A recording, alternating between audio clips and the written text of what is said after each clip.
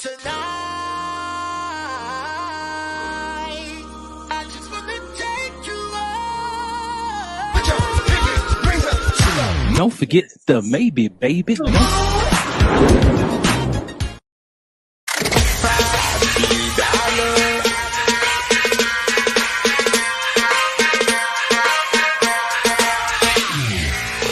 If you are 40 and you are 40 plus, it's time to leave them young girls alone and get you a woman who understands the signs of a stroke.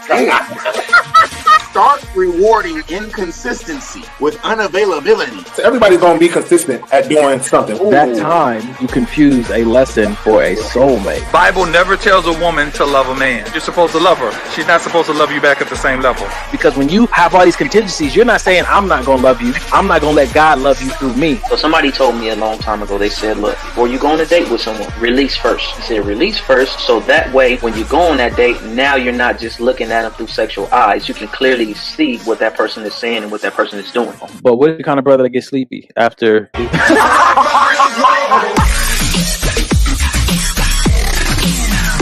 You can trust them to be themselves.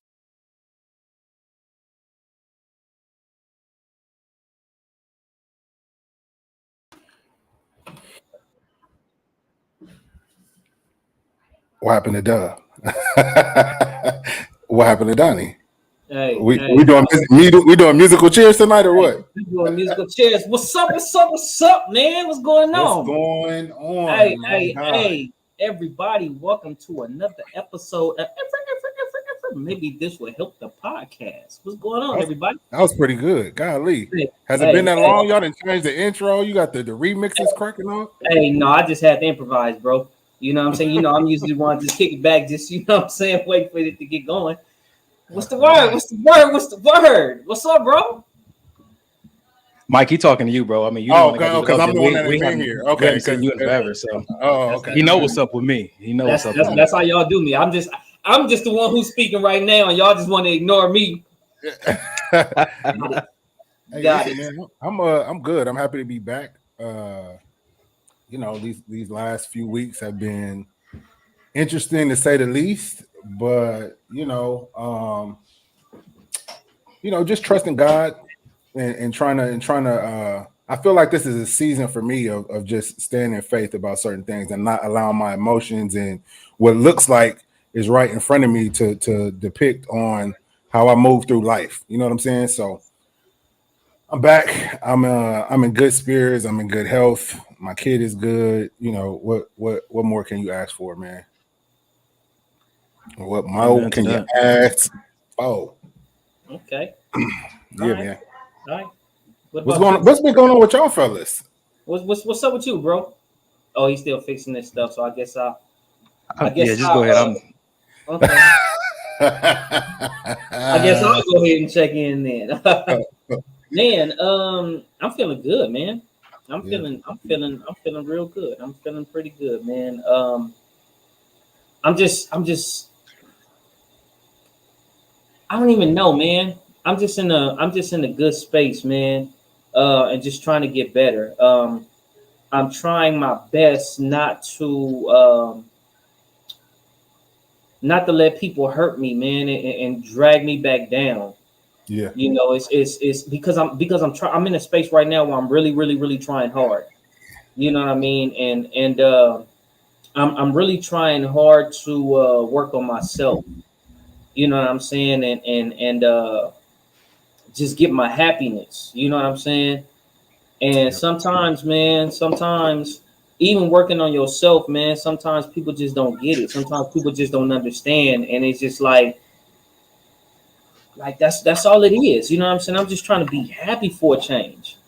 You know what I mean? And it's one of those things to where, you know, even when you see that people still not getting it, you can't let that defeat you. You know what I mean? And that's where I'm at right now, man. Just really trying to be happy, trying to stay happy, trying to whatever it is that's trying to, you know, to go against that. I'm just like, dude, I don't even want to hold on to that. So I'm in an interesting space, man. I'm in a real interesting space. All right. I was gonna let you talk it out because I'm here to support you, bro. I'm proud of what I see you doing, and I'm familiar with it. So I just got prayers for you and support whenever you need it, man. Man, So I definitely appreciate it. What's up, Mike? No, I was gonna say, let me ask y'all this because I'm sure we can all kind of relate.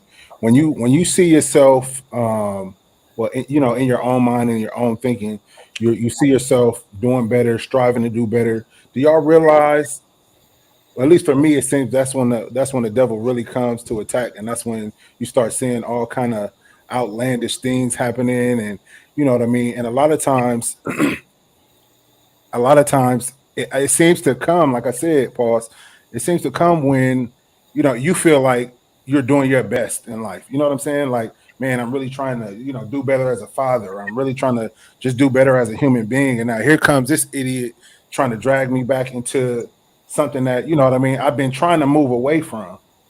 Yeah. So with that said, how do y'all deal with that? I flipped the script on that, bro. I just went through that recently. Now I'm just re-upping. Like, yo, I'm gonna be married. I'm gonna have kids. I'm actually gonna get somebody pregnant. You know what I'm saying to you? Versus where I was before. And what I recognize, I feel what you're saying, right? It seems like the enemy turns the heat up on you. But what I realized through meditation is that's not what's happening. What's happening is that my preparation is being exposed. What's being exposed to me and what feels like more pressure is how well I did in my previous season to prepare myself for this season. If I just jumped into it, like if my workout, if I didn't warm up and I'm on the bench and I'm pressing, and I feel a twinge, that's not the enemy. That's my situation showing me you didn't thoroughly prepare for this. Or if I hit a set and my first set is thorough and it's consistent and I'm flowing, that's evidence that I had a really good preparation time. And so for me, I don't like to give the devil too much credit. I feel that. But sometimes I acknowledge that he's there and he's a faith. But yeah. Sometimes we just weren't as ready as we thought we were. Or you know what? Or sometimes, you know what I'm saying, sometimes we really just letting our flesh just take over. Right. You know in that moment? In that moment. We letting our flesh take over, man, to where it's just, this is what I want to do. And sometimes we have to make a decision and we're not ready to make that decision. You know what I'm saying? To fight at that particular time. So we try to say it's the enemy. Reach. You know what I mean? And it just really just takes us to make that decision and say, all right, this is what it's going to be. I'm going to stand firm on whatever it is that I said I was going to do. And we got to be honest with ourselves. You know what I'm saying? Enemy ain't doing that much. You know what I'm saying? He tries, but he really ain't doing that much. It's like, why you got to be calling us out in the first 20 minutes of the show, though? That's what it is, bro. That's real time accountability. Real time accountability. And in that though, I don't want us to forget. Like, I don't want us to forget that the devil is still very real and he's still very much so an adversary. A lot of times we try to, in that mind state, we try to just act like the devil doesn't exist almost, and that he doesn't have people he uses, things he uses. Sometimes he uses our own flesh against us. You know what I mean? So I agree with you guys 100%, and I also agree that we still can't forget that the motherfucker still exists, and we still gotta keep his face in the dirt at all times. Right. God. Well, 10 toes down, man. All 10 of them. Hey, I was listening to this rap song. Bro says you ain't got to stop gang banging. We can use that over here. Hey. God. All right, I ain't never gang banged a day in my life, but I'm happy to have something around me. You know what I'm saying to you? I thank God for people. All three of y'all get more gang affiliated than I am. Thank you, Jesus. You know what I'm saying? That's funny. Hold on quick. That's crazy. All right, I got an issue. Hold on real quick. Yep. But nah, so what else been going on with you, E? How's the because I ain't been able to catch no shows. I ain't been here, but I am back in full effect. It's amazing. It's interesting being away from the show. How it's almost like you feel like you've been away from, like, you've been missing therapy sessions. You know what I'm saying? Right. I mean, it like I'll be going through, well, you guys know the things I go through because I always keep you guys in touch and in tune with what's going on in my life. But you know what I mean? It's something about being on the show that feels different than when it's just us talking. It's almost like we expose ourselves more on the show, and I'm able to see certain things about myself, about y'all, even when the viewers comment, that just, you know, it's like therapy. You know what I'm saying? Right. It is. It's a difference, man. It's a difference because I think like sometimes these memes really get you to thinking. You know what I'm saying? They really get you to thinking and make you just kind of, you know, evolve into a different conversation that we probably wouldn't even think of on a regular. You know what I mean? We probably only, like, if we having a regular conversation, we probably thinking about our situation and circumstances and what's going on. But I think these memes are allowing us to kind of dig deep and just kind of just discover something else that we probably not even think about at that time. Mm-hmm. I agree 100%. All right, well, ladies and gentlemen, we're about to start the first half of our show. We usually go through a couple of memes, or whether it's memes or whether it's things that you guys send us on our IG page that you guys want us to share and kind of get into. So the first half of the show, up until about 9 o'clock, we go through that. Second half, we go through videos, again, things that you guys have sent us or things that we just found throughout the week that seem interesting to us, or things that we can relate to, or just some topics that are really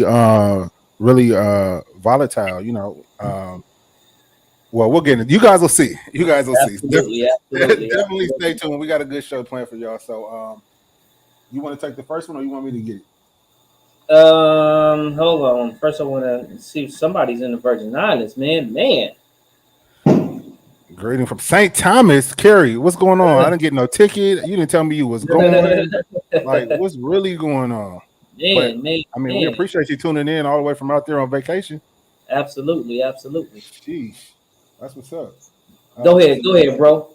Wait, hold on. Who else we got? Amber, of course, our number one supporter, Amber J. What's going on, lady? Carrie, thank you for tuning in. All right, so I'm gonna start it off like this. We need to be hard on kids, but you really can't because they're not built for it. Suicidal thoughts is normal for them now. Again, we need to be hard on kids, but we really can't because they're not built for it. Suicidal thoughts is normal for them now. I would actually lean towards agreeing with that. I mean, when I was growing up, or when I was younger, you never really heard so much of young people. Like the suicide rate of young people wasn't so high, I feel, as it is now. And even and what I honestly blame it on is parenting for one, and then society for two. Like you hear it in the music all the time about, I don't want to kill myself, and you know what I mean, I'm just so depressed, and I'm sitting in my room thinking about this, thinking about that. It's just like the I feel like the generation now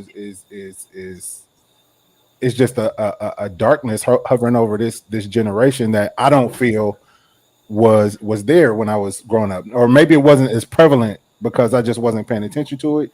But what you think? You know, I think this is very interesting because I think it needs to be a balance. Yep. You know what I'm saying?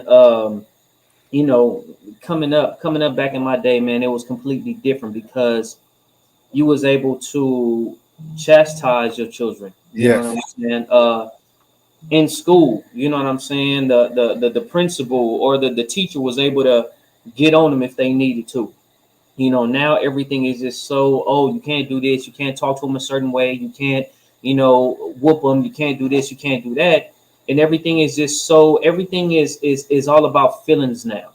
You know what I mean? Like nowadays, oh, I feel like this, I feel like that. Oh, I feel like you can't do this or you can't do that. Everything is just, it's tough, man. It's tough because I don't think there's a balance, you know what I mean, between it, because I have no idea what society is trying to do right now. You know what I'm saying? Like for one thing, like you see what society is doing. Like when society took God out of school, you know what I'm saying? When society trying to take God out of this nation, you know, and I think that took a lot of it. Even God said, you know what I'm saying, spare the rod, spoil the child, you know, and certain times is like we can't do anything, and we have to adhere to each and every feeling, no matter what it is. Even if, you know, your kids are wrong, you still have to, you know, be super conscious of their feelings and this and that. And I'm not saying that you shouldn't be conscious of their feelings, because you should. But in the same token, I feel like we're the adults and we need to set standards of what to be. You know what I'm saying? What to be and what to do. And if we're restricted on that because, you know, the law is saying, oh, you can't do this, you can't do this, you can't do that. You can't talk to them like this, you can't that. And everybody wants to say, oh, first thing you try to do is say to your kid, oh, child abuse, we're going to come take your kids and put them in the system. And it's just ridiculous. And that doesn't even have to be, you know, physical touch. You know what I mean? Even if you just chastise them, getting on their head, oh, you can't talk to them like that and blah, blah, blah. And you can't, you know, teach them to be like this. And then it's cancel culture. You know what I mean? Oh, you know, everyone deserves to have a voice. If they don't feel like this, if they don't feel like that, if you feel like, you know, however you feel today, you should be okay to feel however you feel. And it's like, when are we guiding these children the way they are supposed to be guided? You know, even these younger folks that are past just a regular child's age or like a small child's age, when are we actually really doing something to guide these children like we're supposed to? And I think that's the biggest thing right there. And that's why I mentioned that part about parenting, because it ain't up to the kid to raise themselves. It ain't up to the kid to get the guidance they need when they're growing up as a child. The kid is going to go with pretty much whatever the flesh say do. So whose job is it then to cultivate and to protect these babies that are growing up? And it's the answer is the parents or the guardians or whoever is in their lives. You know what I'm saying? Every child don't have both parents. Every child don't even have one parent, but it's up to the people that step into these children's lives to let them know it's okay, to let them know, you know, the feelings you're feeling are normal. You know what I mean? But, you know, it's a way that you have to go about dealing with these feelings. And I think that's the biggest thing. We're not teaching our kids how to process these thoughts and these feelings and what they're seeing on TV and what their other friends are telling them and what they're seeing in movies. We're not giving them anything to help filter that stuff. It's just their minds and their hearts are wide open, and whatever they see, whatever they hear, they just, you know what I mean, consuming it to where now they're feeling like, man, I don't even know what to do with all of this. And now I'm feeling depressed, and now I'm feeling weird. And now I have these feelings about the same sex, or I have these feelings about my weight, or I have these feelings about my skin complexion. And, you know, society is saying that I need to look like this, or society is saying that I need to act like this. But, you know, my mom and dad are saying don't, you know what I mean? And nobody is really sitting these kids down and being like, look, it's okay, just breathe. You know what I mean? So by the time, you know what I mean, unfortunately, by the time that suicide or taking their life does happen, then the parents are like, well, we never saw any signs of, because you wasn't present. You was there in the same house, but you wasn't present in your child's life. You know what I'm saying? And I think that's the biggest thing. Like, it's just, you know. Go ahead, bro. Go ahead. You got it. No, I was just gonna say, we in the era right now where it's hard because it's not just the kids right now who are going through things. You know what I'm saying? It's not just the kids that are going through things right now. It's also the parents that are going through things. You know, because now we're in the era now where people are understanding, hey, the way I grew up was trauma. You know, the way I grew up, the way things are was a little off. So now I'm trying to repair myself.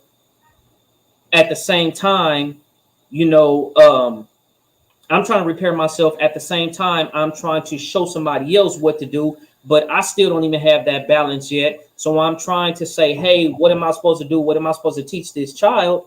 You know what I mean? At the same time, I'm trying to heal. So now you have people who everything is about a talk, everything is about a conversation, everything is about feelings, everything is about, you know, this and that, and it's so bad that, like I keep on saying, it's like that balance is not there because people are still trying to figure out, okay, well, what do I supposed to say? I grew up this way, and I don't want to be on my kids like the way I grew up. So I have to be a little bit nicer. I have to be a little bit softer. I have to say, hey, use your words. I have to do this and I have to do that. And now everybody is so engulfed in these feelings. You know what I'm saying? No, whatever it is. Oh, I feel like a woman today. Or I feel like this today. Or I feel like that. Everything is about feelings. And everything shouldn't be operated just on feelings. Like, it's good to process those feelings, whatever it is that you feel, but those feelings are not always reality. You know what I'm saying? And when we live in life, with letting these feelings control things as if they reality, now we just in a world of trouble because everybody has a feeling. There's no more control. There's no more structure. There's no nothing because everything is about feeling. And then we just end up getting stuck. So now we adults that's going through things, trying to discover our feelings, trying to teach kids, you know what I'm saying, how to feel their feelings, and then also how to, you know, do whatever else that life, you know what I'm saying, has for them. So it's like we need to get it figured out first. That's true.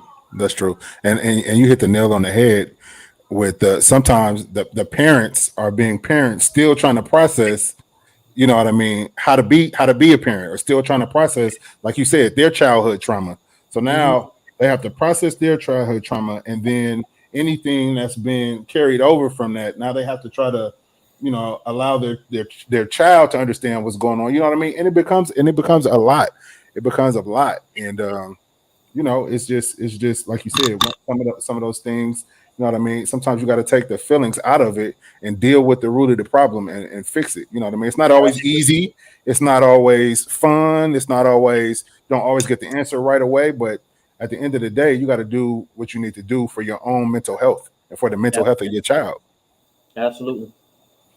I know you came in on the end of it, D. You want me to put it back up real quick? So y'all gonna sit there and have this conversation without me? That's what's gonna happen tonight. 100%. I got to go handle a family emergency, and y'all gonna be in here talking about one of my favorite topics. I understand. I know it was Errol's idea. Nope. I ain't worried about it. It was actually, you know what? It was Errol's idea. Now that I think back, I know it was Errol's idea. Wow. So real quick, ladies and gents, we were not live on the Maybe This a Help page. I just got somebody just sent me a text, but we are now. So please feel free to like, share, let your friends know we are on air. And but this is what it was though, D. We need to be hard on kids, but you really can't because they're not built for it. Suicidal thoughts is normal for them now. Yeah, I think my 2 cents on that. I know y'all been talking about for a minute, but my 2 cents on that is that just because it's more prominent in media and in the news station doesn't mean that it's happening more now than it used to. Yeah, I think that now, since like 2000, I want to say around 12, 13, that suicide prevention, depression and stuff took a great increase in just being acknowledged publicly. I think around that time, that's when it started being talked about more. Somehow somebody put an initiative out there for it to be normalized, but I don't think that it's more of an issue these days than it was back then at all. And especially if you look at different regions. Do you think the kids these days are more sensitive than you know, looking back on your own childhood and the people you grow up with, as opposed to like some of the kids you may see now at that same age? Do you think there's any more level of sensitivity? Or I'll say it this way. I think that kids have more places to be sensitive now. I don't think they're actually more sensitive. I think they have more places to be sensitive. I think that now more people are open to hearing them be in their feelings. I don't think it was tolerated back in the day to that degree. So I think kids are the same level of sensitivity. I just think they have more places to be sensitive. And I don't know if that's a pro or a con. See, I disagree with that, man. I disagree. I think kids are just a lot more sensitive these days, man. And I think for me and my thoughts, I think when somebody coerces you into doing stuff and you don't really have a solid mindset of your own, I think people run with that. And I think a lot of this stuff on the media and, you know, a lot of this stuff going on with feelings and this and that. And, yeah, it's okay to express how you feel or feel Yeah. a certain way, you know what I'm saying? But deal with that. Don't get stuck in your feelings. And I feel like people are coercing people or kids, you know what I'm saying, into, yeah, you feel like this, right? Or whatever the situation is. And I feel like kids are way more sensitive these days, man. That's I mean, interesting. I understand. Hold on, I understand what you're saying. Like, there's a different avenue and a different doorway to be able to express it. But I think kids are just way different now, man. I think the lack of structure that we had, even though we had gangs in the '80s, we had drugs and we had all these kind of things in the '80s and '90s. I understand that we had those things, but even still, I still think it's a lack of structure nowadays that we have in our society. And with that lack of structure, because everything is, oh, be free, oh, be free, oh, you can't do this, you can't do that, oh, talk about this, feel this and feel that and stuff like that. And everybody is so worried about, like I said, oh, I feel like this, I feel like that. And it's like, I will say this, man. I feel that there is a hyper focus on the victim mentality that people and that can be more of a I'm in my feelings thing. I think that and I can't say worldwide, but in the communities I'm connected to, I feel like there is a lack of accountability. And I think that can aid in people staying in their feelings. And when we're saying staying in their feelings, I hope we are defining and clarifying that. We mean that, rather against logic or spiritual discernment, if you feel something, you're saying this is it. This is the reality. This is the all. This is what matters. This is everything. How I feel is everything. When really it's a support system for the whole, for logic, for spirituality, and everything else. But I feel like that might play into it, the victim mentality that we're talking about and the lack of accountability. But I still think at the core, we still are as solid as we've always been throughout the history of humanity. It's just that different environments have been created. And we always say on the show, nothing can exist without an environment for it to exist in. And so if we're saying that these kids are more sensitive, then we have to look at the generation before them and say, what environment are we creating for our children that our parents didn't create for us that allowed this level of sensitivity to rise up inside of them? We have to take some accountability. I agree with that 100%. And I got a perfect example. And it's this. So when we were younger and we went to go see a PG or even a PG-13 movie, there wasn't. I could probably almost guarantee 100% there was not one cuss word in that movie the entire time. Now, PG movies got cuss words in it. So what that saying not to say this, I think throughout the generations, they're doing things to desensitize us as not only parents, but the youth as well. So by the time I have a kid, because I'm so used to, okay, cussing, okay, even in the kids' movies, cussing, I'm more lenient with my kid now. I'm talking about even myself. Certain games I let him play, my parents would have never let me play that. But because society is pushing violence, pushing, homosexuality, pushing, what I mean, all of these other things, drugs and the women dressing a little bit more sexual or a little bit more provocative. You know what I mean? I think that has an effect on not just the parenting, but the children as well. So in a sense, I agree that society may be the same. We just have these new, what did you call it? These new, basically this new stuff that's now happening now in this same society. I still think that it affects the way society is, if that makes sense. Are we have we looked at the comments yet? No. There's a few people that kind of agree with what you were saying, Mike. I'm gonna put this up from Nakisha. She said, I don't think it's that kids aren't built for it. I think parents, especially in the Black family, need to provide a safe space for kids to express their emotions respectfully. We tell them to hush, fix their faces, etc. We don't teach them to express their emotions in a healthy way, and this teaches them to bottle things up, and eventually they explode. Now, the reason I like this is because we talk often about talking in a romantic relationship. It's a skill set. Yeah. Oftentimes, we're expecting people to be able to process and verbalize emotions, and they were never taught how to. And so what happens when you keep the iron on your clothes too long? It burns right through. When you keep a situation on somebody's mentality too long, it does make them ultra sensitive to touch. Now, every time something hits them in that arena, they're going off the handle because they were never taught how to process it. It touches them, and it's touching them on top of the last thing that touched them, on top of the last thing that touched them, and they're just trigger on top of trigger. And so at some point, the human mind can't process it all without the help of some kind of drugs or some kind of alcohol, some kind of substance. And I think we've seen that play out. But again, I don't think that takes responsibility away from them. I'm not just talking about the adults, but also the children. Yes. I feel like respect is a skill set you have to learn. I don't feel like they just know how to respect when they come out the womb. Yeah, and which is why some people. Oh, go ahead. No, you got it. Which is why like when me and Earl was in Texas, I think there was a vast difference between how children were in Texas versus how they are in LA.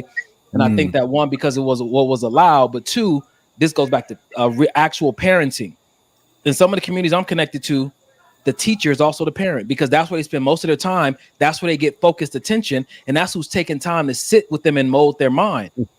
The kid come home and the parent makes them do their homework and they feed them and tell them to go to bed to send them right back to their real parent. Yep. That's so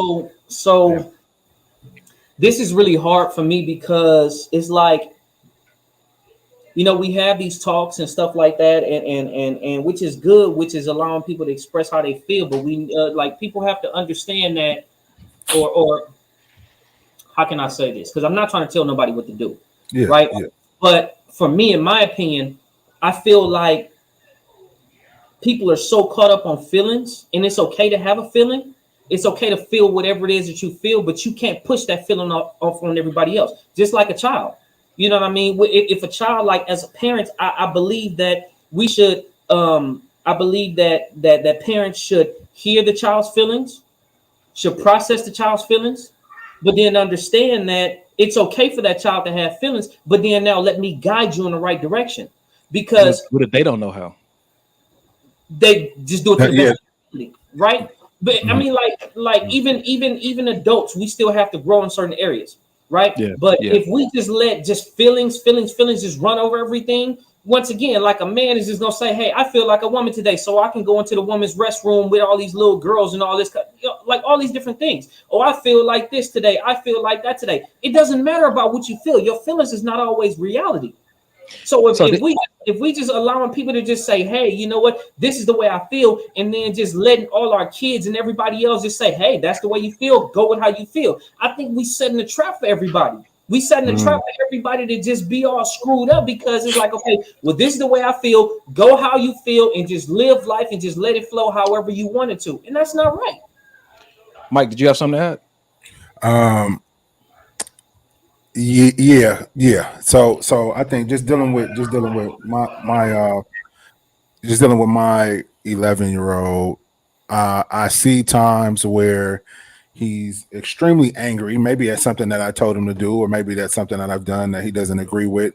And, you know, when he was younger, I used to nip it immediately, like, "Nah, we're not doing that." But as he's getting older, and as I'm starting to learn why he does what he does and why he reacts how he reacts, because his mother had like some serious anger issues. I had some serious anger issues. So if I just, you know, shut him down immediately as soon as I see it, that doesn't really help him grow. That doesn't really help him understand why he's feeling these things, because it's important for your child to know why they're even feeling this way. It could be hormones. It could be some pent up frustrations they've been carrying around and they don't know why. But if I just automatically shut it down, you know what I mean? That doesn't give one, it's not a teaching experience. It's not a learning experience for him. But if I say, "Hey, you know, you can huff and puff and you can go through all of that, and then when you finish, let's come back and talk." Kind of like you said, E. Kind of like, you know, I get where you're coming from. I know you're angry. Once you simmer all of that down, come back and talk to me, and then we can really try to work this thing out. And then also, on the other hand, you got to know your kid. Sometimes you got to pop them upside their head immediately, because you know what I mean? I just happen to have the type of kid, I don't have to do that all the time. A simple talk may penetrate his mind and his spirit to where, you know what I mean, he'll turn the other direction. That was it.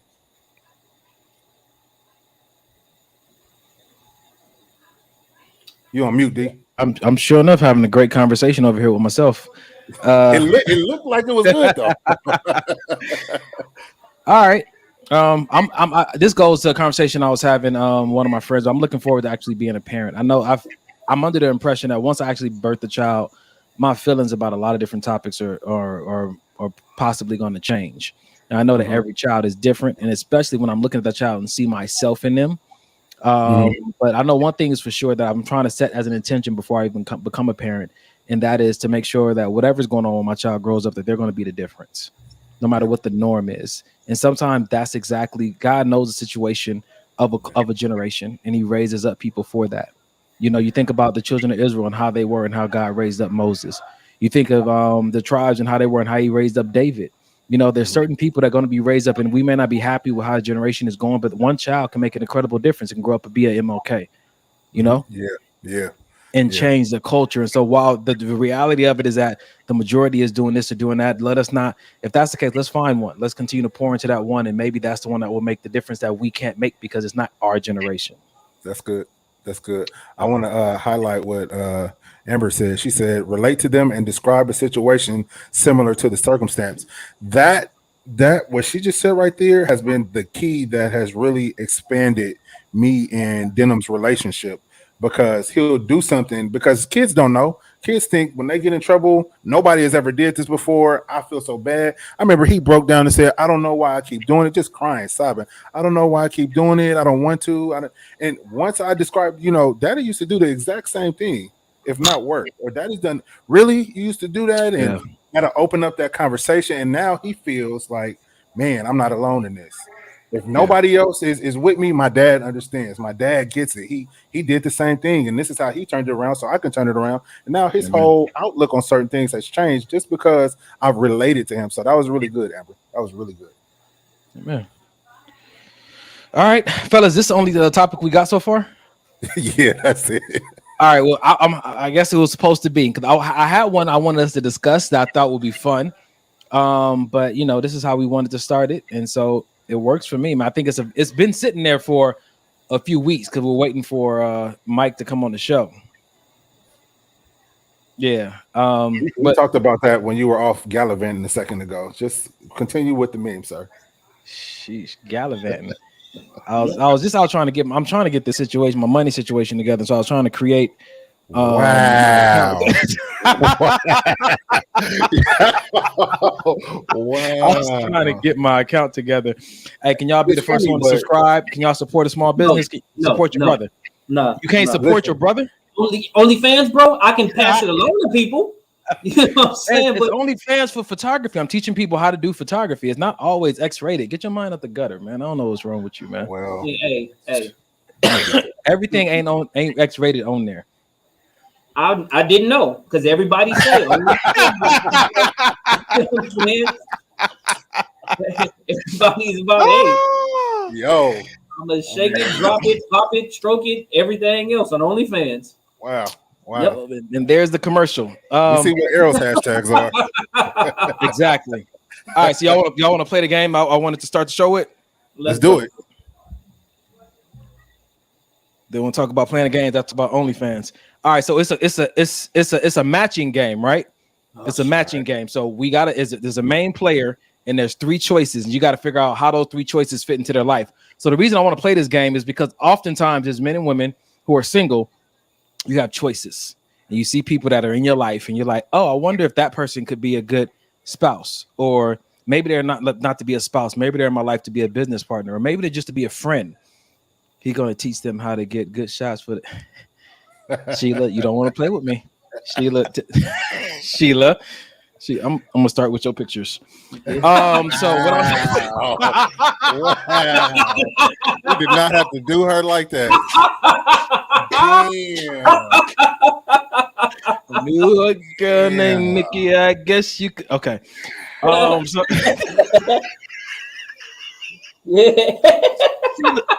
we're supposed to be friends. She tried to come for me though. I'm not in agreement. Oh man. Okay. So here's the game, man. Y'all ready for it? So what we have here is the matching game. You got a male who wants children, patient, and has a master's degree. You got 4 options on the side. There's only 3 spots available. The spouse, the business partner, and a friend. One lady is wealthy, romantic, and healthy. The other lady is thrifty, homeowner, and attends church. The other lady loves God, intelligent, great relationship with her father. And the other lady is funny, patient, and a philanthropist. Who do you think would be his spouse, his business partner, or his friend? We're not going based on looks, right? You see, that's the thing about it. However you want to decide. This is real life. However you want to decide. So we all might have different feelings about it. So okay.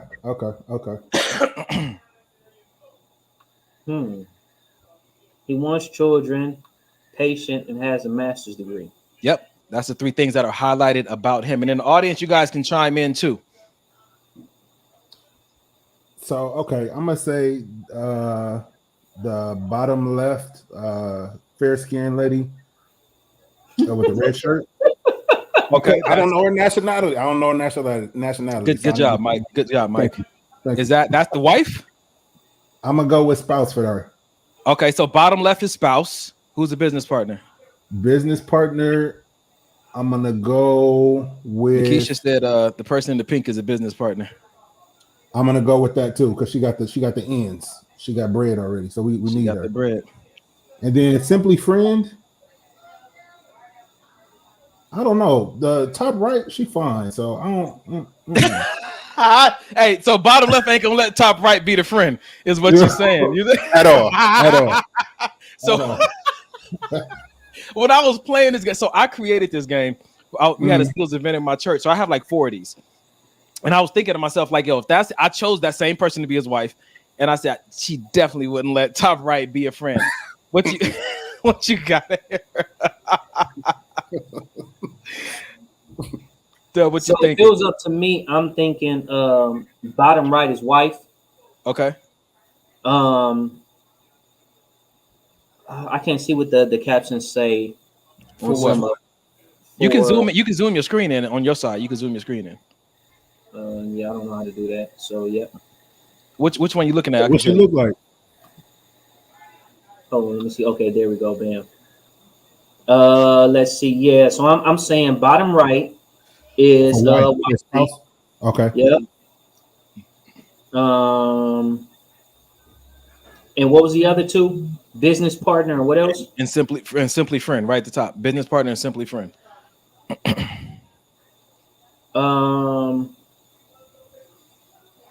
I say the bottom left is friend, and then top left is business partner.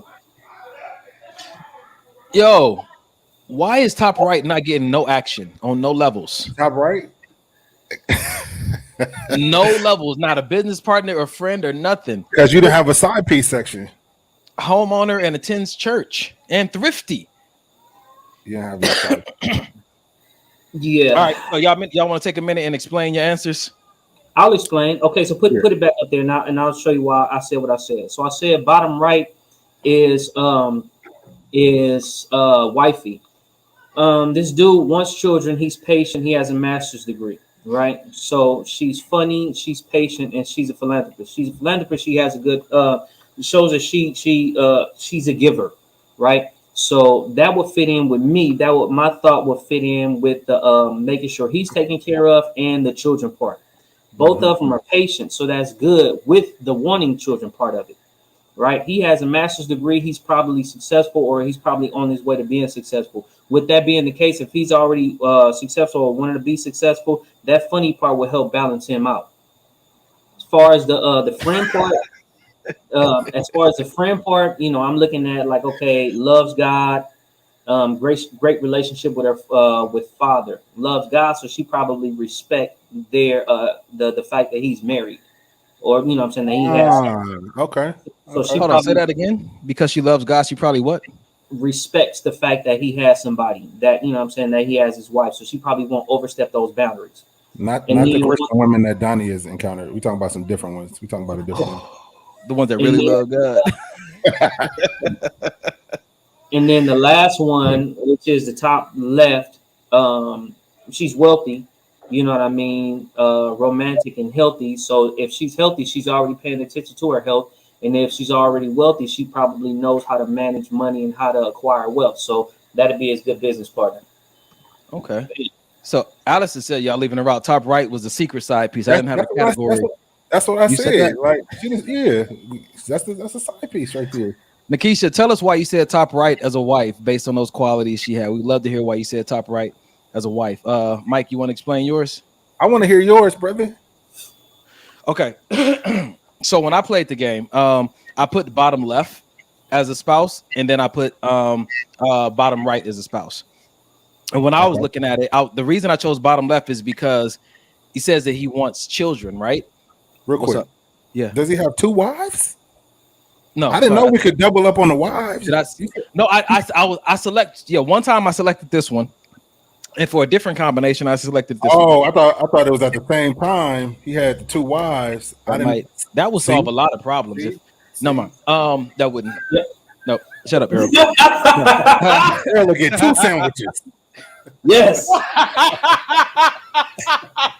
or be doubly disappointed because he hasn't gotten one.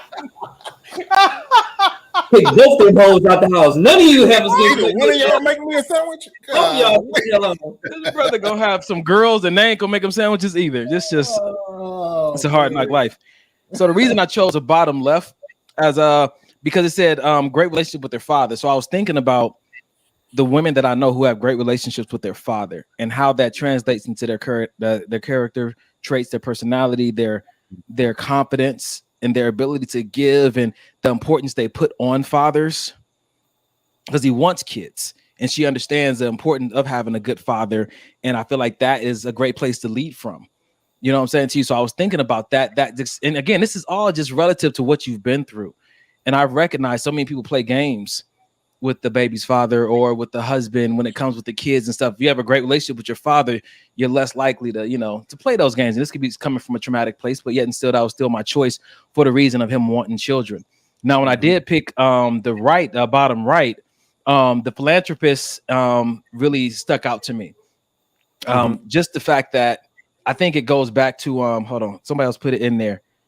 Where did it go? She said, Carrie said it. She said, can two patient people get along? That sounds dangerous. And so for me, I'm always like looking at that. Oh, okay. Likes and likes. Like, okay, he's patient. She's patient. I'm assuming that could be a great thing. But maybe I do need to rethink that. But I really like the fact that she was a philanthropist because he wants children. She's already given. That gives her an opportunity to have that time spent with the children. That she's not also another grinder out there, like, and they got to use a nanny to help raise those children because he actually wants children. He doesn't just want to put them out there in the world. So that was my thinking behind it. I did have, nonetheless, though, I had top right as a really good friend. As simply a friend. I did have top right as a friend. So homeowner, attends church, thrifty. She just looked like she would be a really good friend. This bitch to me. Mike, you wrong for that, man. You wrong for that. Jesus. How you know it was me? Dang. I know when Arrow got that thinking stare that he does, I know that he's not playing around with y'all, man. Jeez. Nikisha says she chose. She's thrifty, meaning she knows how to save money. Coupon mom. Homeowner, she has a foundation, stability, good for raising children. She also attends church, another foundation, marriage and family, and she's beautiful, which is a plus for him. Okay, well then speak on his behalf then. Hook me up with somebody. Those Mike, what's your answer, man? Okay, so pull it back up one time. Pause. Do. All right, so the first one I picked was the loves God, and loving God is right. She's intelligent also, Donovan. Thank you. Loving God is one of my top priorities, and so I'm assuming, I put myself in this man's shoes basically. So what would I want out of these things based on his descriptions of what he wanted? So the what would I want in a spouse? Intelligence, definitely up there in priority. Great relationship with father. I think that the women that I've known in my life that did have an exceptional relationship or a great relationship with their father definitely handled being in a relationship with men differently. I won't say better. I won't say worse. I'll say differently than women that did not have a father around or didn't have a very good relationship with their father. And as I stated, the loving God part was a no-brainer, for me. All right.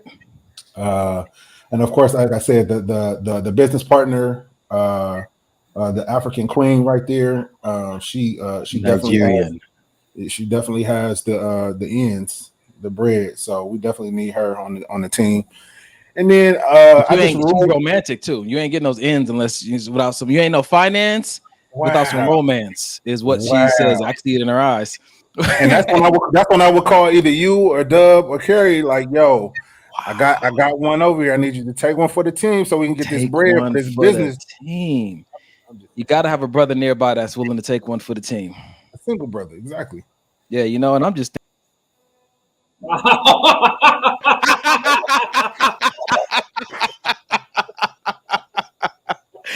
Oh, good. That's how it happens, though. We take the hot ones, and all of a sudden, you just stuck there like, oh, not it. 1, 2, 3, not it. That's funny. Oh man. All right. Good. Fellas. Well, then that's good, man. That was fun. Y'all ready to move on? Yourself? Yeah, I have like 4 of them with totally different demographics and nationalities and stuff, older ages, younger ages. We should do that. That should be like a thing.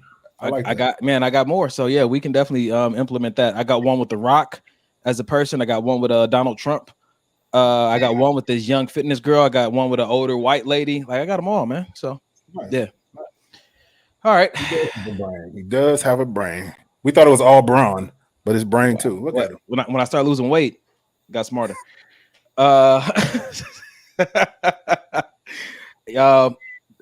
So Mike picked the first one. Dub, why don't you pick one? All right, let's see what we got here. I think I had one too. Amber said, "What if you can have it all?" You can have whatever you like. Okay, this sounds interesting. I don't know what it's about, but this sounds interesting. Bam.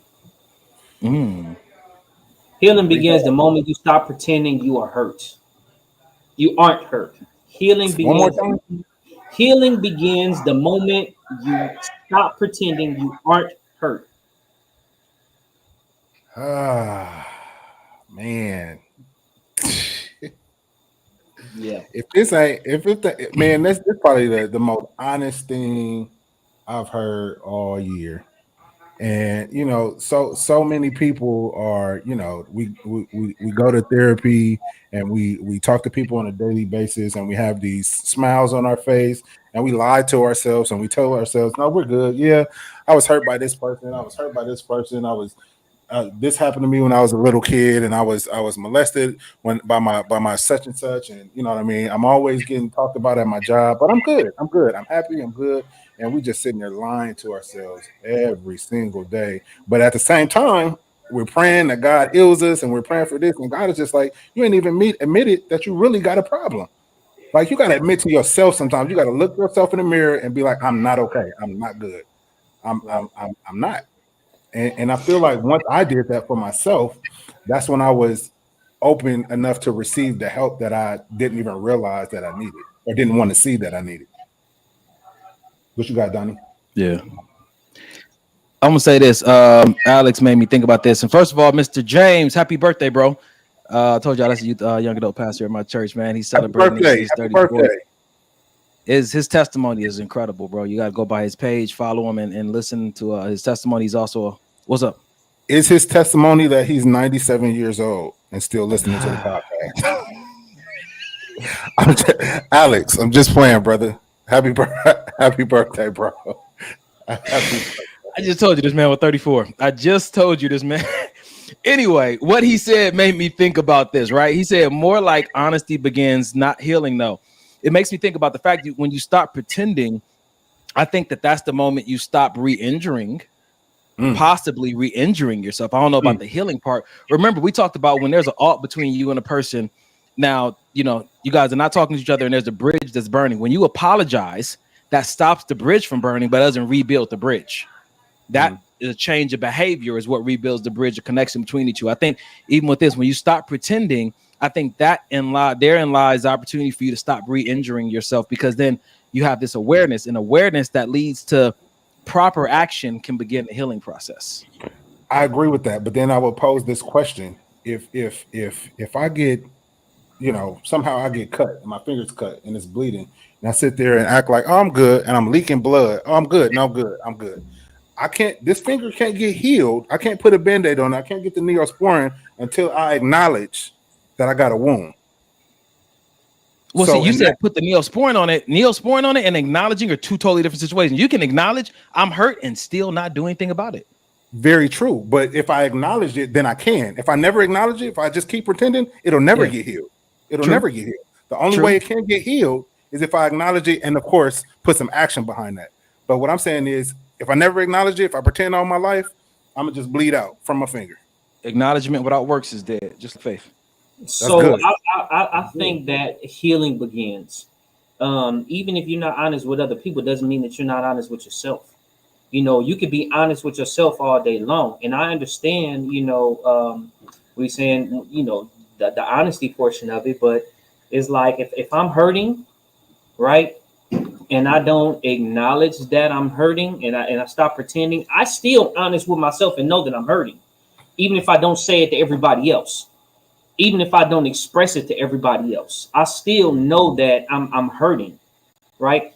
But then once I open the door and I just say, hey, I'm hurting, I feel like that's when the healing begins to me, because it's like, okay, I let it out. Now I can drop that wall. I feel like the acknowledgement part is the first step of healing, because now I can drop that wall with everybody else. Now I can stop pretending. Now I can stop with this facade that everything is okay. And I'm just sitting up here just trying to be so strong in front of everybody else. But once I acknowledge it, I think I can drop that wall and my healing begins at that particular point.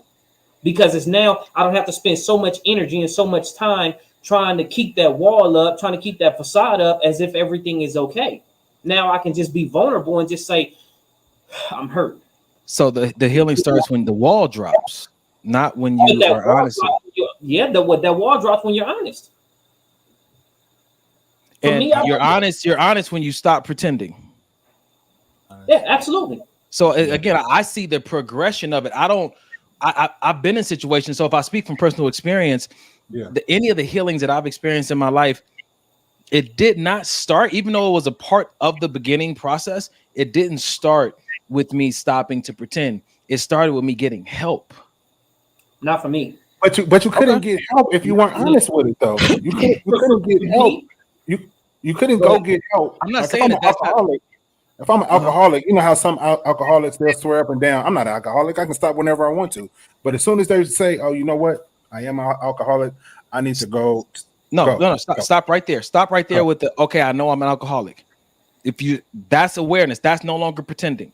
What healing happens right there? The mental healing. I've now mentally switched my mind into a state of honesty. Now that I'm switching my mind over, now I can go get the help that I need. But if I never acknowledge that I'm an alcoholic, I can't never go to an AA meeting. Why would I go? I'm lying to myself every day saying I'm not an alcoholic. The only way I can get to that meeting is if I say, damn it, I'm an alcoholic, I gotta go. Okay. Yeah. That's an okay that I don't agree, but I respect it. Yeah, I know what your okay is. I know your levels of okay. You know what? I think this is one of those situations to each his own. Because for me, in my experience, I can say once I stop pretending, that's when my healing starts. Right? There's situations and circumstances that I've mentioned to, you know what I'm saying, especially to you, Donnie, you know what I'm saying, about stuff that happened to me in my life. And me pretending that it didn't happen, and me trying to hold, not really pretending that it didn't happen, but for me, when I finally just let it out and say, hey, you know what, boom, this happened, and this hurt me. Me just expressing that was healing for me, because now it's like I can stop with, you know what I'm saying, everything is all good and everything is, and I've always been so strong, and this has always been this all. I finally let people, I finally opened up and let somebody in my world, me being vulnerable. And I got you know what I'm saying? So it's just like, okay, for me, the no pretending thing is just saying, okay, you know what, being honest and pretending is boom, being vulnerable and allowing the healing to take place once you start to become vulnerable. So let me tell you what exists in my head. What exists in my head is 3 levels to it. There's dying, there's healing, but then there's a middle area. And what I hear you and Mike saying is that there's healing or there's dying. And I think that I'm putting this middle area in there where nothing is happening but preservation. And so when I look at it from what you just said, now I can actually see a little bit more clearly from where you're coming from. And I'm like, okay, that kind of does make sense. Because I'm thinking like in an abusive relationship, if I stop pretending that I'm not being abused, that doesn't make the relationship healthy. Yeah, right. I get it. And that's why I said to each his own, because each situation is different. Yeah, just like you said, if you're in an abusive relationship, you can admit to everybody that you're getting abused. But if you don't get out of that abusive relationship, everybody knows you're getting abused, but you still getting your ass whooped and no healing is taking place at that time. So I completely understand that. I completely understand from that perspective what you mean. Yeah. Yep. All right, Mike. It's about that time. Mike said he's tired of playing the games. He comes back on the show and he just gets real aggressive with the buttons. Like you just like play your role. Homie ain't been in 4 months. But okay. It's halftime. You wanna lead it off? I got 2 small businesses to shout out whenever you get a chance from me, brother. Yeah, sure. Are we doing? I had mentioned it in the group chat, but are we doing starting the giveaway, or what do you want to save it for next Sunday when we get it more organized? Or it's if I think you know what you want to do. I think at this point I'm supporting. So if you want to do it now, we can. Okay, all right. But before we do that, we appreciate you guys that have tuned in, logged in. We did our first half where we go through our memes and everything. Our second half, like we mentioned earlier, will be the videos that we're going to get into. Some may be funny, some may be real deep, but it's definitely going to help. We hope. So if you're not following us already on social media, maybe this will help the podcast on IG. Also, maybe this will help the podcast on YouTube. They're both live right now. So if you please like the video, share the video. If you're on YouTube, please subscribe to the channel. We appreciate everybody that already has. What else? For the giveaway. Should we? Well, no. Go into your thing where you love money, and then we can. Money.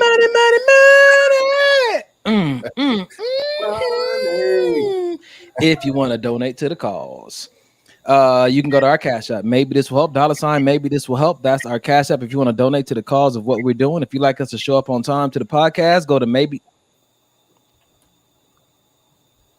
Mike. What? Okay. I'm just saying. Wow.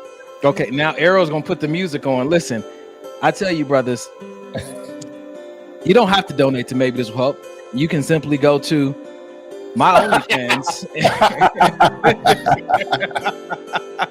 you can get more for your money over there than you will on this podcast. What is happening? What? Oh.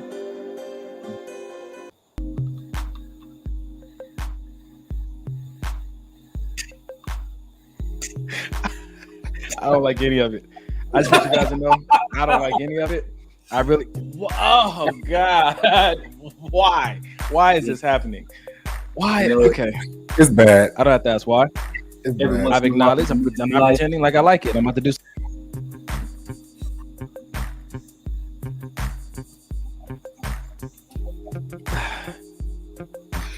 Yep. Ladies and gentlemen, if you want it to stop, just put stop in the chat. If you want this to stop, just put stop in the chat. Yeah, that was bad. Look, that was real what bad. we have for you guys tonight. During our halftime, we like to shout out small businesses. 2 businesses I'm directly connected to. The first one is Libya Aesthetics. So she does eyebrows and stuff, and she did some wild brows on my mom, like the tattoo version of them. Oh wow. They are impeccable, and my mom loved the process. It wasn't painful. The healing process was easy. She gave you a really good manageable tutorial on how to heal them and go back for your touch up. Go to Libya Aesthetics and check her out. I've already vetted her. You know what I'm saying? This is something that I've already vetted. Somebody's a very happy customer, somebody I really truly care about. I've seen it firsthand. She's bomb. Go get your wild brows today. You got your brows done, bro? I ain't get my brows done yet, but I might have to go make a visit for my mustache. I might, because I always wanted a mustache that does a little twist on the end, just a little. I'm gonna see if she can help me with that, just a little twist on the end.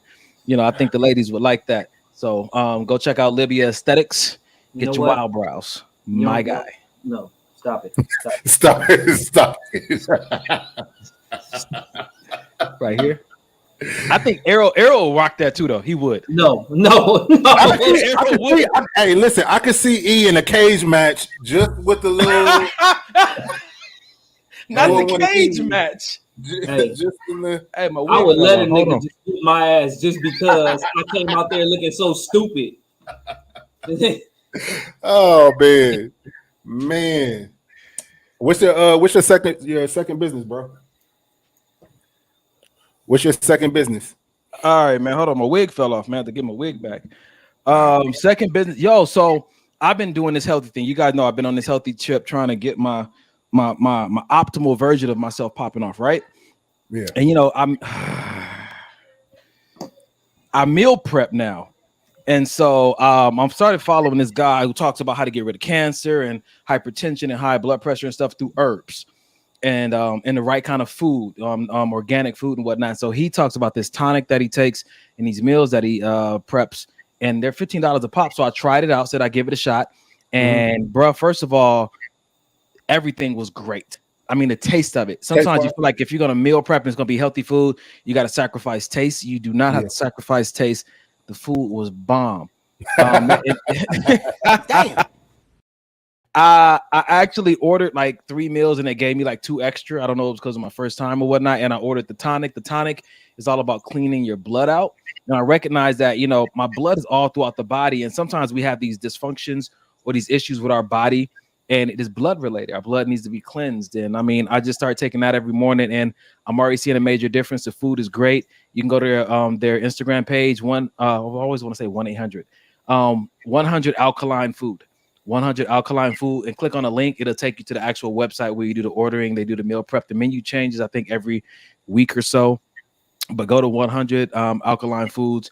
Look into it. Look into the tonic. Look into the other stuff they got going on there. They got some real tasty what is it called? Sea moss and everything on there. So, and they deliver to throughout the country, they also deliver. And if you want to go pick it up yourself, I think it's over in the valley somewhere. Nice. And I think we got a before and after of Donnie. Clearly, you see him now with his after, and then the before. So you can clearly see, that the stuff does work, and so. Yep. I'm not going to pretend like I like him being on the show. I'm not going to pretend. I want this show to be healed. Jesus. Real quick, before we do something for a small black business, and you always got that one coon that want to come.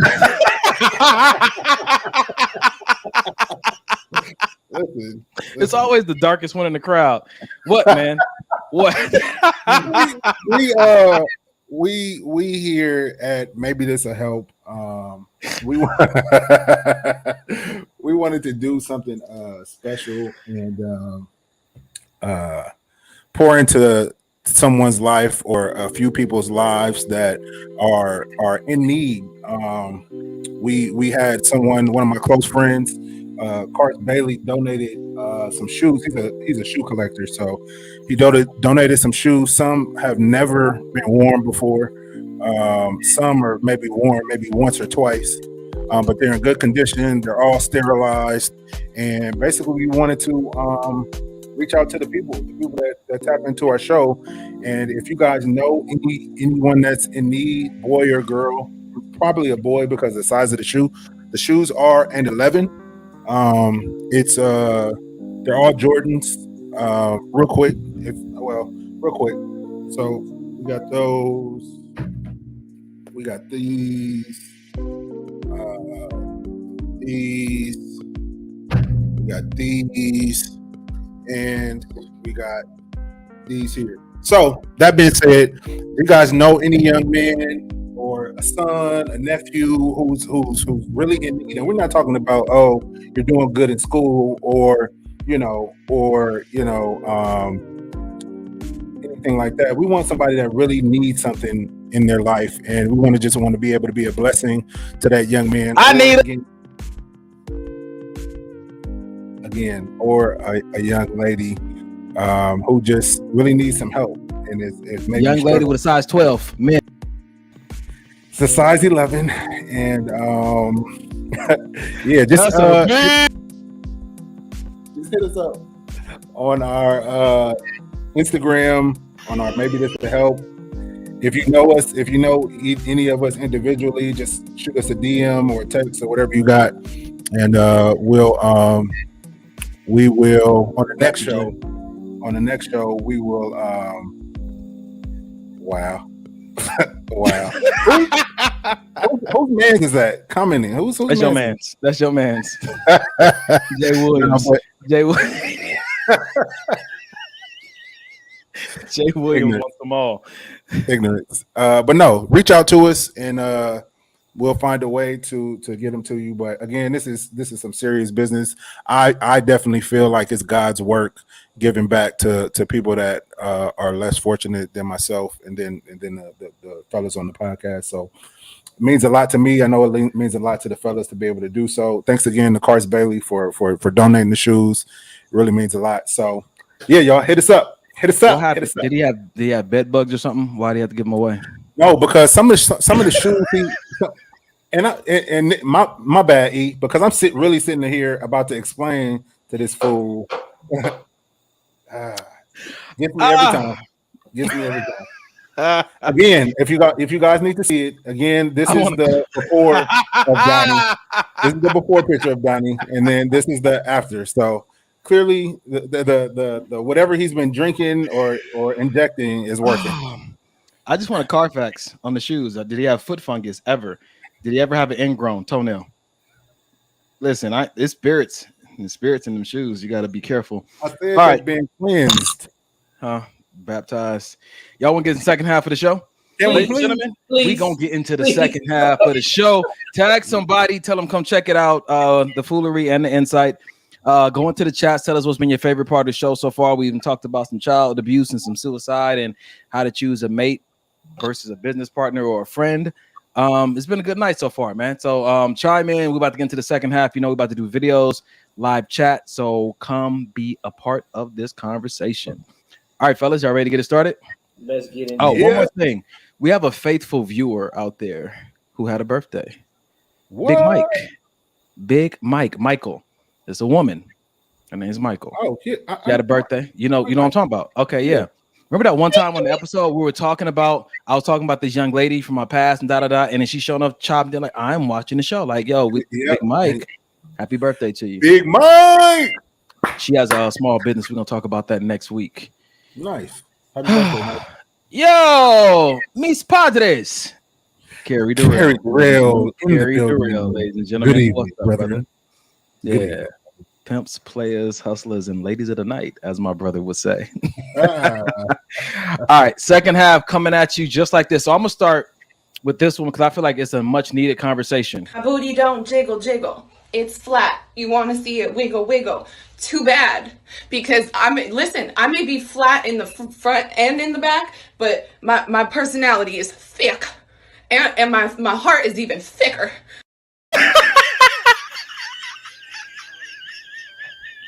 My booty don't jiggle, jiggle. It's flat. You want to see it wiggle, wiggle. Too bad, because I may be flat in the front and in the back, but my personality is thick, and my heart is even thicker. Why her voice starts shaking? Listen, she's passionate. She got passion in her voice. Hey, as funny as that is that like a in order for me to be with you or consider you as a possible dating candidate, you got to have X, Y, or X and Y or X, Y, or is it just like if you like my sister there, my sister there, and you don't have nothing? Is that also okay? Are we only looking at personality these days? Because y'all brothers claim to be, you know what I mean, super in tune. So I know Donnie looks at personality. That's it. Dub, what do you think? I'm looking at everything. I'm not just looking at no personality. Don't try to say y'all brothers claim to be super. Listen, I need to see some wiggle, wiggle, and jiggle, jiggle. You know what I'm saying? So my personality is thick, and her heart is thicker. I'll tell you like this, man. I love a good pair of legs and some ankles. But I'll tell you what, a personality has won me over time and time and time again. 1000%. I love a great personality. As much as I wear my ankle army shirt and these other things that I highlight, that is a bad personality is more of a deal breaker than bad ankles. Agreed. A bad person, I agree. And let me not say I guess it's bad for me. I don't know. A dry person. You think is bad for you. Yeah, got you. Yeah. All right. Amber said, "I'm taking my soul." You know what though? I mean, I'll tell you this: a good personality and a good heart does make a difference because, you know, Hey, sir. you can't just be thick and be fine and just be stupid. You know what I'm saying? Just stupid in your mind and just I knew it was coming. You can't But be if like I that. But stupid cheeks, Her booty stupid. it's dumb, nigga. It's dumb.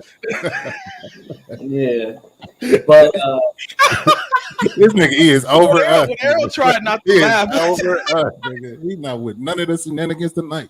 no, no, no. Oh man, it's the hat, bro. It's the hat. You see the hat he got on? Is that what it is? Yeah, Uncle E was in the building. Yeah. Man, got time to play with you young brothers. Oh man. What you got for us, Equalizer? Go ahead, finish your thought. This nigga right here. I don't know what y'all tripping on today, boy. That's this nigga down here. That's this nigga down here, bro. Listen, I thought Errol wear that hat so nobody think he know how to fight, and they surprise him. It's very unassuming until he kick you. In your The only person who ever wore that hat that knows how to fight is Jason Statham. That's the only other brother. That's a fact. The transporter. That's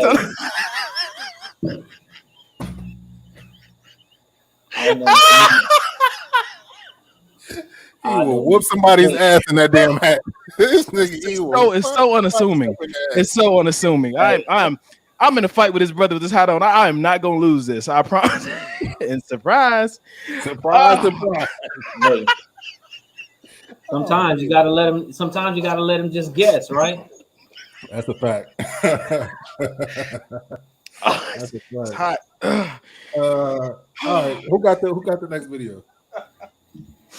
I got you. All right. Oh no, I already picked one. Y'all fellas go for it. All right, I'll go. Oh man. They're operating in. If you're woo, some of y'all women gonna get mad at me today. So if you can't take constructive criticism, baby, keep on scrolling. Many of you women are not really what you think you're cracked up to be. Like, some of y'all are really not great people to be in relationships with. Y'all know I work with couples every single day, and I'm gonna go ahead and make a list of everything that I have to work through. First things first, quit coming into relationships trying to make a man secure your insecurities. That's your job. If you lack confidence, if you have low self-esteem, if there's still trauma that you're operating in, if you're self-critical, if you're judgmental when it comes to yourself, if you blame yourself, if you're still operating in guilt and trauma and everything else, baby, that's for you to handle, not him. Respect his space. Like, stop becoming so preoccupied and hyper aware of what a man has going on. As soon as you see his mood is off a little bit, you start becoming overwhelming. What's wrong? Let me tell you how men are. A lot of men, when they are going through stuff, they may end up withdrawing or retreating because they're trying to figure it out. They're not always upset at you. Their moods are not changing just because of you. People go through things in a way that men are. They don't express themselves as much as we do as women. It's okay. Give that man some space. Oh yeah. The clinginess. Clinginess is cute to an extent, baby, but once you become codependent and you're always getting jealous whenever this person goes out, and you become anxious whenever they're not around you, you start blowing up their phones so they gonna hang out with their friends, that is problematic and you're gonna push them away. As much as many of you all don't want to believe it, it's absolutely okay for a man to admire another woman. As long as it is a quick look, boom, and he's not staring and he doesn't have a wandering eye and he's not impulsive and he's not a cheater. If he's all of those, baby, why are you with him in the first place? You're ignoring the red flags. You're settling. As long as that man is not window shopping or ordering off of the menu, relax. He has a visual appetite. If he sees a beautiful woman, it's okay to admire. Just like if you see a handsome man, you're going to admire him too. That's good. Man, I love That's that. good. That's good. I don't a whole bunch of facts. So I don't know. I don't necessarily know if I agree with every single one of them. And I'm gonna tell you this. This is why. I think that some men like a clingy woman. They like a woman to be on them all the time, 24/7. You know, they like a woman to be checking on them, calling on them, where you at, who you with, that. Because to them, it shows them like, oh, you care about me. You because you're thinking about me. You want me to be around. This, and that. Am I that way? No, sir. But what stuck out to me was the codependence. For me, it's not so much the clinginess. It's when a woman becomes codependent. Like, I can't function if you're not around. I gotta, you know what I mean? I can't. That's something that I can't I can't deal with. You need to have your own life and your own thing, and then I have my own thing and my own life. Oh, spaghettios. What's going on, This fellas? nigga came in and broke the internet. Uh-oh. What up, bro? What's going on, man? How y'all feeling? Damn. What up? Right. Just leaving the workhouse, man. Blessed to have another one. So Yes, sir. I was watching the All right. show on the way. Hey, Dub is not good with y'all tonight. Okay, It's you the see Apple Cap. this nigga put that hat on. It's like, nah, I'm not here for none of that shit. I'm chilling. Hey, though, real talk though, she did come in here and read the rights. She got a long video, but I just wanted to put that short one up. But how do y'all feel about that clinginess? Some guys like that extra clinginess. I don't. I'm not gonna name no names. For me, everything that she said, and I've even watched the whole video. Everything that she said, man, was on point. It was definitely on point in my eyes. Some people, you know, they obviously, you know, some people have their different thoughts about it. So there's a few things that need to be tweaked or adjusted for them. But for me, I wouldn't change a thing. Everything she said was on point. Agreed. I was just saying, I don't know if you heard me, but I was just saying, to me, it's not so much the clinginess, it's when the clinginess turns into codependence. Like, don't need me to function. Like, I'm gonna go do whatever I want to do. I need you to be okay.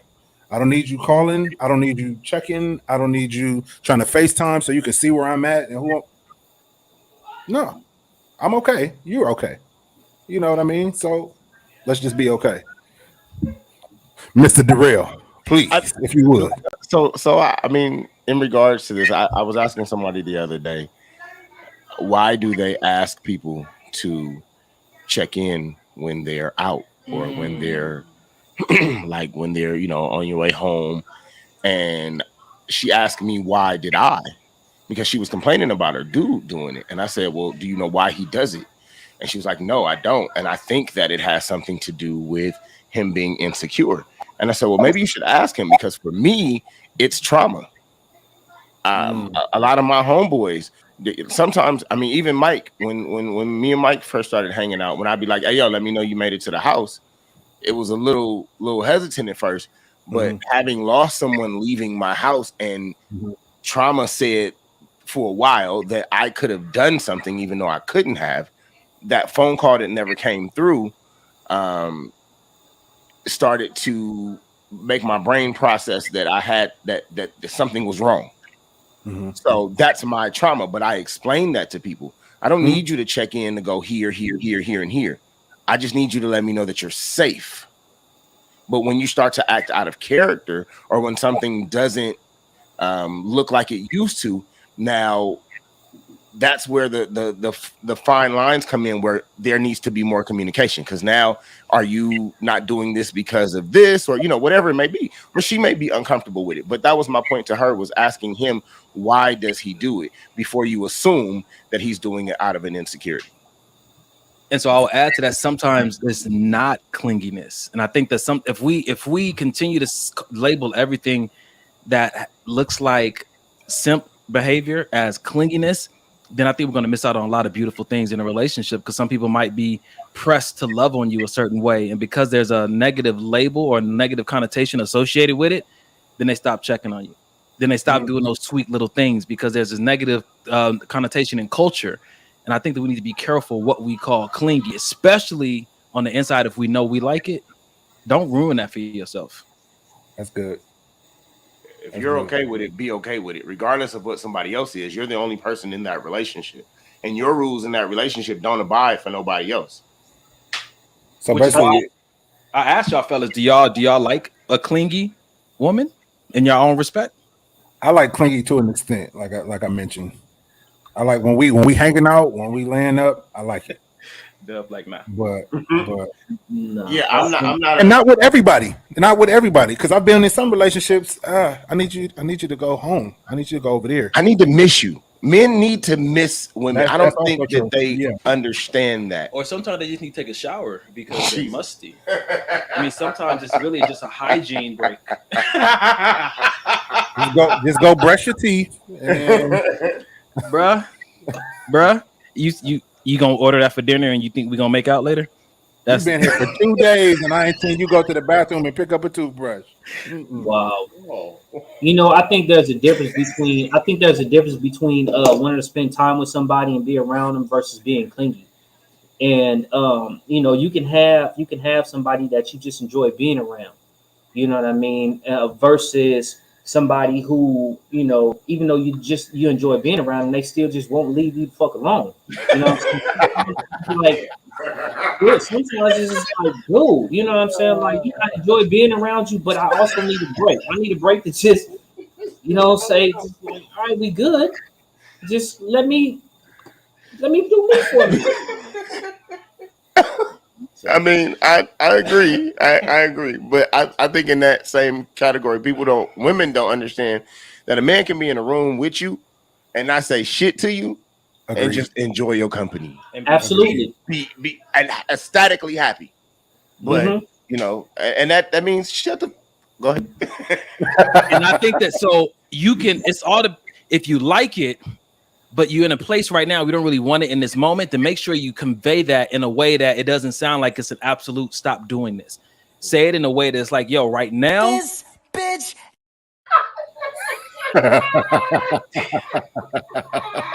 That was perfect. And whoever did that. That was Mike. That was Mike that did that. I'm right there with you, Dub. I'm right there on that one. I was about to make a solid point, trying to bring some people to Jesus. And then Mike, Satan spawn. Jesus Christ! Put on. Okay. Here you go, Gary. I just came to say hi. Yeah. This nigga Arrow is still not. It's the hat. The hat won't let him laugh. His hat is too tight. It won't let us laugh. It won't let us jaws. Never mind. Call that hat lockjaw. Don't go cuss everybody out. Just don't cuss me out, bro. I didn't do it. All right. Well, all right. Cool. I think that I like a little bit more of a clinginess than probably my counterparts on this show right here. I like it. I like that bubbly, and sometimes that bubbly comes with a clinginess. I have a tendency to date women or engage with women who like now the audience. Now the audience. All right, now y'all want me to audience? Y'all want me to start shooting back? You don't. Just told you he found peace within last week. Hey, exactly. You don't want me. And don't that remind you of 18 when old boy said, "Hey." I tend don't do it, Dub. Please don't do it, Dub. I tend to date women whose one of their premier love language is Hey, better leave me the fuck alone. I'm telling you. Jesus. Yeah, thank you, Portia. Leave Arrow alone. Y'all know how he gets if y'all want to play games. I'm gonna say it like this. So I tend to date girls who have the premier love language of touch. So that just wanting to be in your area and be around you, how they feed on you or something. And it's something that I learned that even if it's not my premier love language, if I want to spend time with this person, I have to look in my tank of flexibility and see where I have room to be more accommodating. Like my brother told me this one time, Errol told me, he said, if it ain't gonna kill you, bro, just do it. I remember that conversation vividly, and it helps me to not get into this place of everything has to be what I like. I have to see if there's room and space for me to do something more than what I'm comfortable with, more than what I'm used to, so I can continue to expand and grow as a partner or as a person that they're dating versus just stuck in my ways. And that's one thing I don't want to be. Hey, you better believe it, Paige. Hold on. If she put her feet in my lap, that's just where they belong. Go ahead. Gary said you can come down to the Virgin Islands. It's too hot here to be crazy anyway. So listen, you don't even have to worry about it down there with her. She good to go. Hey, stay over here. So I just think it's a difference between, you know, being around somebody and enjoying them versus them being clingy. Like I enjoy when I'm around somebody that I like being around with. You know what I mean? Yeah, I can be affectionate. I can be lovey-dovey or hugging or just playful and all that kind of stuff. But there's a difference between, doing all those things, enjoying somebody versus somebody just being clingy, attached to you at the hip. You try to go to the bathroom and they still there, like, hey, where you going? And they like, cool, back up. You know what I'm saying? Like, calm down. I'll be right back. I'm not going anywhere. So, Dub, do the clingy girl voice that you do. Do the clingy girl. The hyper. Do the hyper one. The one you come home from work and she's super happy. Do it. Hey, the ones you would have to tell, sit your ass down somewhere. That one. Yeah, do it. I don't even know where it's at. Come on, I'm walking in the door and I'm coming home from work. What'd she say, bro? What'd she say? You are. Yeah. Relax. Can you just sit your ass down somewhere? Guess who's home? Yeah, Lee. I love it when he does that, man. Because I want that. Hey, no. Yeah, I think you want it until you get it, and it's every single day, and it's like I've had it a few times. It's a beautiful situation for me. Yeah. I'm a big kid at heart majority of the time, man. So I love that, man. You know what? I'm gonna tell you like this, man. I think different people bring different moods out of you. You know what I'm saying? I think different people will like one person being like that will probably irritate the shit out of me, but somebody else being like that, it'll probably be like, okay, you know what I'm saying, we good. But it just really depends on the personality of the person whoever's doing that. You know what I mean? If it's somebody that just really just irritates me just because from just them just being dumb as fuck, doing stupid shit all the time, you know what I mean? I think there's a difference between, somebody doing that, like somebody who I want to be around versus somebody who I'm just like, we cool. If you're here, you're here. You're not, you're not. I agree with that. Yeah. If somebody you want to be around can get away with murder. Yeah. Just that's crazy. That's crazy. Yeah, that's true. But as soon as they start getting on your nerves, it don't take nothing but you left your sock in your car on your side. You start looking. It's over. Get out. It's over. Yeah. Get out of your car. Why your car look like this? Yeah, I can't be with nobody like this. Start looking for reasons. Yeah, when you done, man. Yeah, when you. All right, y'all fellas ready for another video? Let's go. I got one. Let's set the show off. What does a submissive woman do for her man? Everything. What does that mean? Like packing his bag, unpacking his bag, just making sure all the things that he wants. And I pretty much read his mind. So it's like, if I know you and I study you, like I know how you are in the morning, I know how you are about midday, I know when you're in this mood, what you need. Like before you can ever ask me for something, I'm already on it. I mean, he's spoiled. And when I talk to my girlfriends about it, I was like, oh, how you guys doing? And I'm just like, girl, he's rotten. I'm like, he's spoiled rotten. Like, he's rotten. But I love that. Like, I want him to be that. I think my biggest flex is how I treat my man. And I've been known to love people back to health.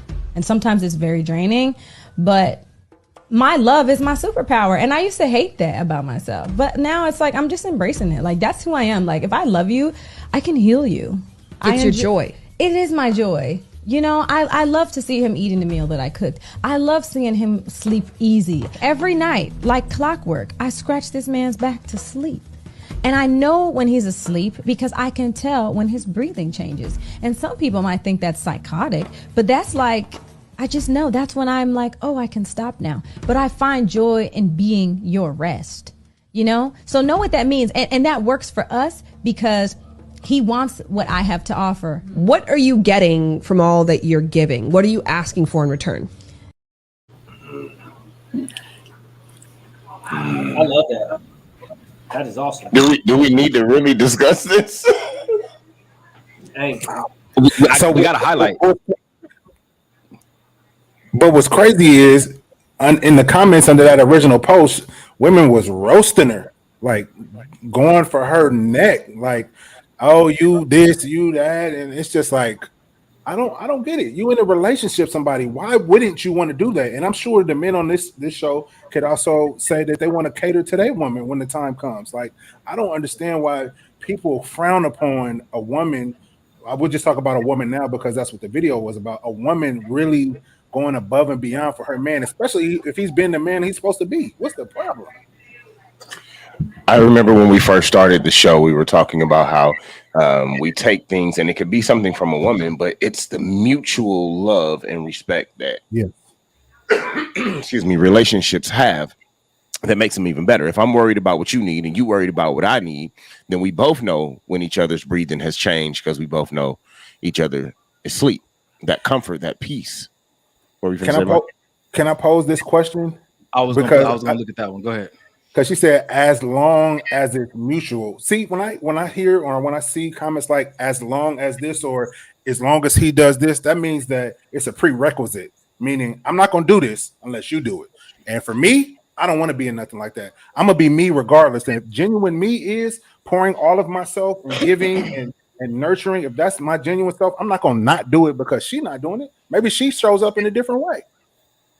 Even in a relationship? Even you're gonna keep on doing it, even if it's not reciprocated in a relationship. It may be reciprocated in a different way. She may do things a different way. If my thing is just to cater, maybe she does something else that I love and that I enjoy. She don't have to do something because I do it. So that's what I'm looking at. So when I read this, I was in agreement. As long as it's mutual, it doesn't have to be exact. It doesn't have to be a mirror. It doesn't even have to be steady. There can be breaks in between you doing it, as long as there's mutual hearts to want to serve like that. Sometimes people don't have the capacity. Sometimes they show that love in a different way. You know what I'm saying? But that mutual nature, that mutual heart. And when I see a servant's heart, you want to serve and learn me. You want to be my rest. I want to be your rest. We may express it in different ways, but if it's mutual, that is like the epitome of what it is I want to. But you have to expose, somebody got to expose themselves first. I don't know if it's mutual until somebody goes and takes that step forward and says, I'm here. So I agree with Mike. Don't do something as long as it's mutual with me. If you don't feel like it's mutual, then just get the fuck on. Don't be with me. Yep. You know what I'm saying? But don't sit up here and just try to say, oh, I'm going to do this as long as you do this.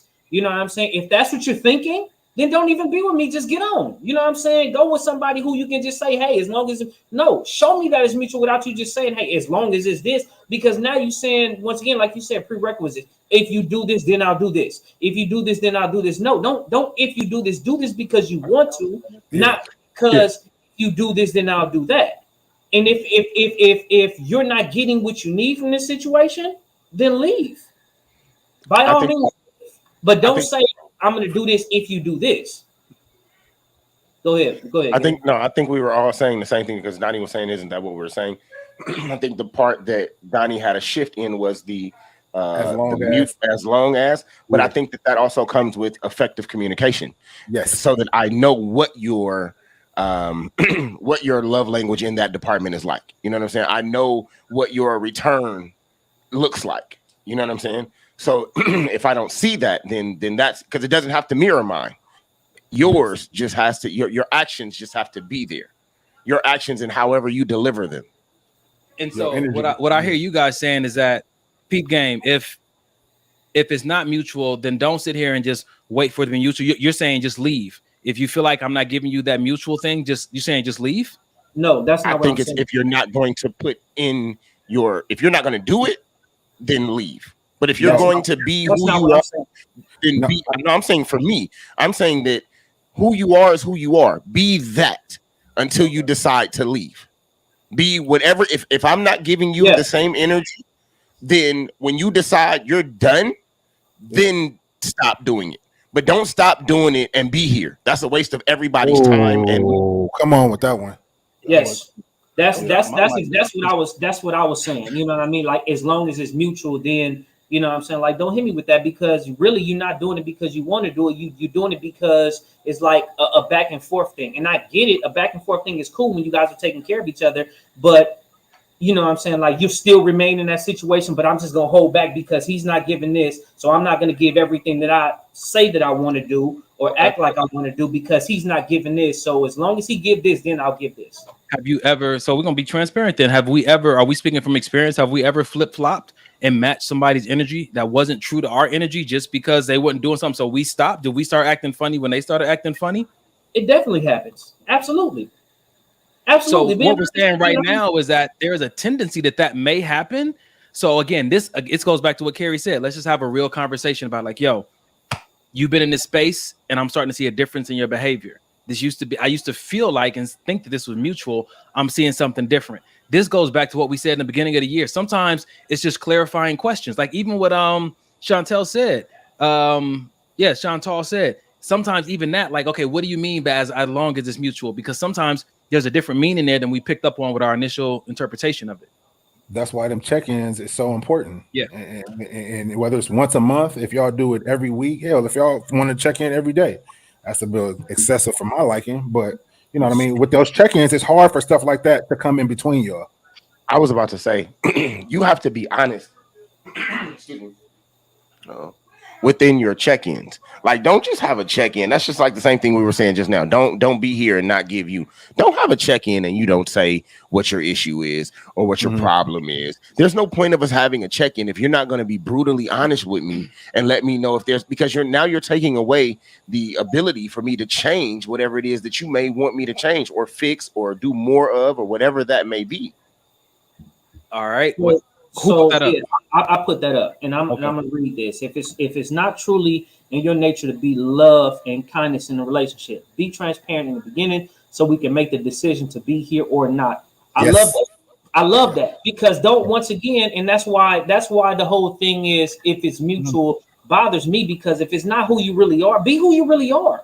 You know what I'm saying? Period, point blank. Be who you really are. And if that's who you are, to be nice and kind and loving and everything else, then be who you are. Don't just make it, I'm just going to be nice, kind, and loving if you do certain things to, you know what I'm saying? It's like, no, if that's not who you are, that's not who you are. I see you, Mike. I'll go after you. You got something? No, go ahead. I can say mine. Because it's a devil's advocate as well. Oh, okay. So mine is quick though. So basically, I'm saying, so I got a person that I'm interested in. We're entering into this relationship, and in her mind, she thinks she is love and kindness, but her love and kindness don't necessarily match up to what I think it should. I think mine's may be above hers. That doesn't mean she doesn't feel that. Okay, I am a very loving person. I am a very kind person. You know what I mean? And I feel like this could work. But in your mind, once you start to see what it really is, it may not match up to yours. So saying that to say that doesn't mean that the person, when y'all have that conversation, she might agree in that moment. Like, yeah, I believe you're right. Like that love and kindness piece is important to me too. Yada yada. But then down the line, you realize, well, oh, your love and kindness is not how I thought it was. So just that initial conversation, you really don't know until you really get in deep with a person. You know what their real, you know what I mean, aura is, if that makes sense. Okay. So what I was going to say was, when you guys talked about that nature part, and I put up my website, my whole life coaching is based on people's nature. And so on the bottom of my website, you can go there and identify kind of what your nature is today. Because if I'm saying that that's not my nature, it doesn't mean that it can't become that. I've been with women before who exposed me to parts of myself that I didn't know that I had. So that made serving in that capacity, maybe there was never an environment created for me to even see that side of myself. And we've said this on the show plenty of times. I've dated or I've been in a relationship with a woman that actually, I don't know, changed me or helped me unpack or unfold to where I had a nature that's been hidden. I just hadn't been in the right relationships. I hadn't been loved a certain way. I hadn't been served a certain way to identify like, yo, I'm more giddy than I thought I was. I'm more of a servant than I thought I was. I'm with somebody new. And so that whole thing about having an identification in the beginning about this is not my nature. Sometimes you got to just trust what you know in your heart and that instinct and say, okay. And this goes back to the conversation about potential. Yeah, but even with that, that's still, even if you're still being brought out in different ways, something that you didn't think, that's still not okay. Well, only if it's mutual. That's still, like, for me, that's still not one of those things to where, you know what I mean? Like, if you're being learning more about yourself because somebody allowed you to see different things about yourself, that's just growth in that particular area. That's just a little bit a different area of vulnerability that you are able to be at that particular moment because of whatever you were exposed to. But that's still not, you know what I'm saying, one of those things only if it's mutual. You know what I'm saying? That's still another part of you being opened up and just say, hey, you know what? This is more of me. I didn't know this was here, but here, this is more of me. So here, take this more of me that, you know what I'm saying, that I didn't even know was here. I'm gonna go back to Chantel and I'm gonna ask a follow-up question. Here's a follow-up question, Chantal. You said as long as it's mutual. What happens if it's not mutual? What are you gonna do then? please respond in the comments. I think that's the appropriate follow-up question to identify before we jump to a lot of conclusions and our emotions get wrapped up in what we think she's going to do if it doesn't show up. It may not even be that. So I think that's a great conversation to have with that. Yeah. We got time for another video? I think we can shoot one more. All right. Should I do the clingy girlfriend? Let's see. Wow. Okay. 52 seconds. Here we go. Stop letting yourself go. Just because you're in a relationship doesn't mean that you need to stop doing everything that you did in the beginning. If you always kept your skin together, your nails together, your lashes together, your hair done, your body was waxed up at the beginning, keep that same energy. Hold your end of the relationship. Remember, visual. A man still has a visual appetite and he loves what he sees, baby, because you're going to stimulate a whole lot more of him. Don't let yourself go because you secured the relationship. As much as you want to believe it, you're not always right. As much as you want to always be in control, you have to let some things go, baby. You cannot love a man the way you want to love him. If you study him, if you pay attention, if you actually listen, I guarantee you he would tell you how to love him. You cannot limit the way you love him to a love language. That's why I hate the conversation of love languages. You can ask a man, what's your favorite love language? And he can say, oh, acts of service. And you think that's all you have to do to love? Hello, somebody. Like Sean used to say when Sean was on the show, keep that same energy. Keep that same energy from where you started. If and Carrie used to say too, if you had your hair done, your nails done, all this other stuff done when we started, and it was like that the whole time. A year from now, keep it up. People make the statement of secure the bag. You secure the bag when you're doing your job. And you're bringing in more income. You're doing what you need to do. The job is looking better. The finances are getting bigger. That's the same thing with a relationship. If you secure the bag, meaning the human, the person, you got them where you want them, and now you're not going to do the job, you're fired. With no unemployment. You're fired. No pension? No. I'm going to say this, man. This is something that jumped out to me. She said in the video that when you keep that same energy, or when you remember that men are visual, you bring out more of his potential. You can access more of that man by keeping yourself, not letting yourself go. And I think that's something that's forgotten. You know, they think I have the man. Well, you've gotten what you got in that moment, but more of him is showing up in his life every day, even for himself, and him being stimulated. Again, visually, physically, emotionally, mentally, is definitely going to continue to give you access to the new parts about him that you didn't know. You know what I'm saying to you? Me and Carrie knows a lot about me, but there's been gaps in our relationship that we had to fill in each other on information of what happened to me so that we can be updated, so that we can continue to cater to this brotherhood a certain way. Just because you got the person and you've had them for 3 or 4 or 5 years doesn't mean you got the latest update, the newest version of what they've become or how they've evolved. And I think that forgetting, and I just speak for myself, man. I am visual. I'm very visual. I don't know if it has to do with me just being a man or being a photographer, or having been to that strip club or whatnot for 5 years. But to think that doesn't matter to me, or that I don't hold that in a high regard, huh? You said the strip club for 25 years? Yeah. To be honest, I'm still there. And there it is. Get some freedom, brother. Get this breakthrough. I'm going tonight. That's why Carrie is there. Okay, exactly. Okay, we got to do what we used to do back in the day. I'm jumping off the balcony, and this brother texted us the other day and said, "I got abs," and I said, "I don't," but it's gonna be okay anyway. But I think that's an important part. I know that I'm visual. Fellas, are you guys visual on a high level? Like, is that extremely important? One of my friends texted me the other day and said, when you get married, when men get married, is lingerie an every night thing or like a special occasion thing? And I responded, every night. I wouldn't say every night. I just think you should come to bed looking attractive. Whatever that may be. May it be some silky pajamas, some little clingy that show your butt. Attractive to themselves or attractive to the person you're in the bed with. You're doing this for me. Well, do you like bonnets? I will hump a bonnet off. Yeah. Knock the whole bonnet off. Will she come to bed with the hat the arrow got on? I'm gonna send her the arrow. She gonna whoop your ass. That's what's gonna happen. She Like probably will. y'all keep fucking with her. I'm gonna have an not honest saying moment, nothing man. else. And Donnie, I'm surprised that you still talking because he put you on the ground a few times. He did, and I went to his class the other day, and they asked me to come on the mat, and I said no. No. I'll tell you this honestly, Dub. I honestly, as much as I'm clowning, I was on Amazon looking for those hats just the other day because I'm looking for it. Come out. It is, man. It is. I don't know if it's gonna sit on my head the same way, but I definitely was on there looking for some. So if I show up next week, man, I'm a hypocrite. Don't judge me. No.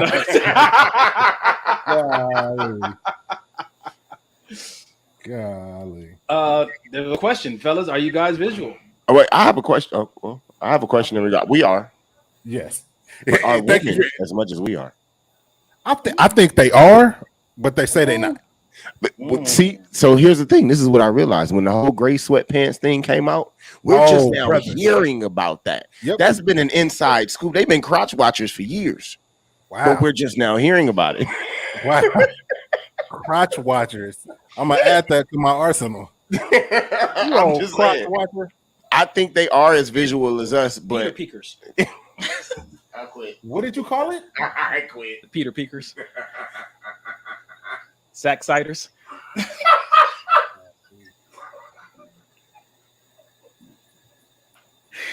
So this is I will say this. So as far as the lingerie thing, my woman don't have to wear lingerie every day. You know what I'm saying? Sometimes just in her panties, you know what I'm saying, in nothing, in whatever, you know what I'm saying, in some little shorts, in a wife beater, you know what I'm saying, like in a loose t-shirt where you can see her nipples. That's nothing but project lingerie. That's all that is. Right. So, you know, for all that extra lingerie and all that kind of stuff, yeah, it's cool from time to time. But for me, I don't have to have that all the time. You know what I mean? I'm not one of them person who she needs to come to bed in lingerie all the time. That's not me. That really, you know what I'm saying, it's cool, but for like an all the time thing, nah, it really don't do too much. I ain't never seen Superman go fight crime without putting on his costume first. That's all I'm saying. That's Superman. What you coming to bed for? Nobody going to sleep over here.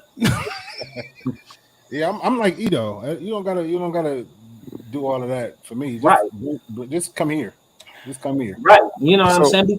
Because sometimes all it's gonna take is, you know what I'm saying, you just get in that bed and I just feel your skin. Sometimes you just turn your back and arch it up against me, and that's going, man. Let me ask you a question.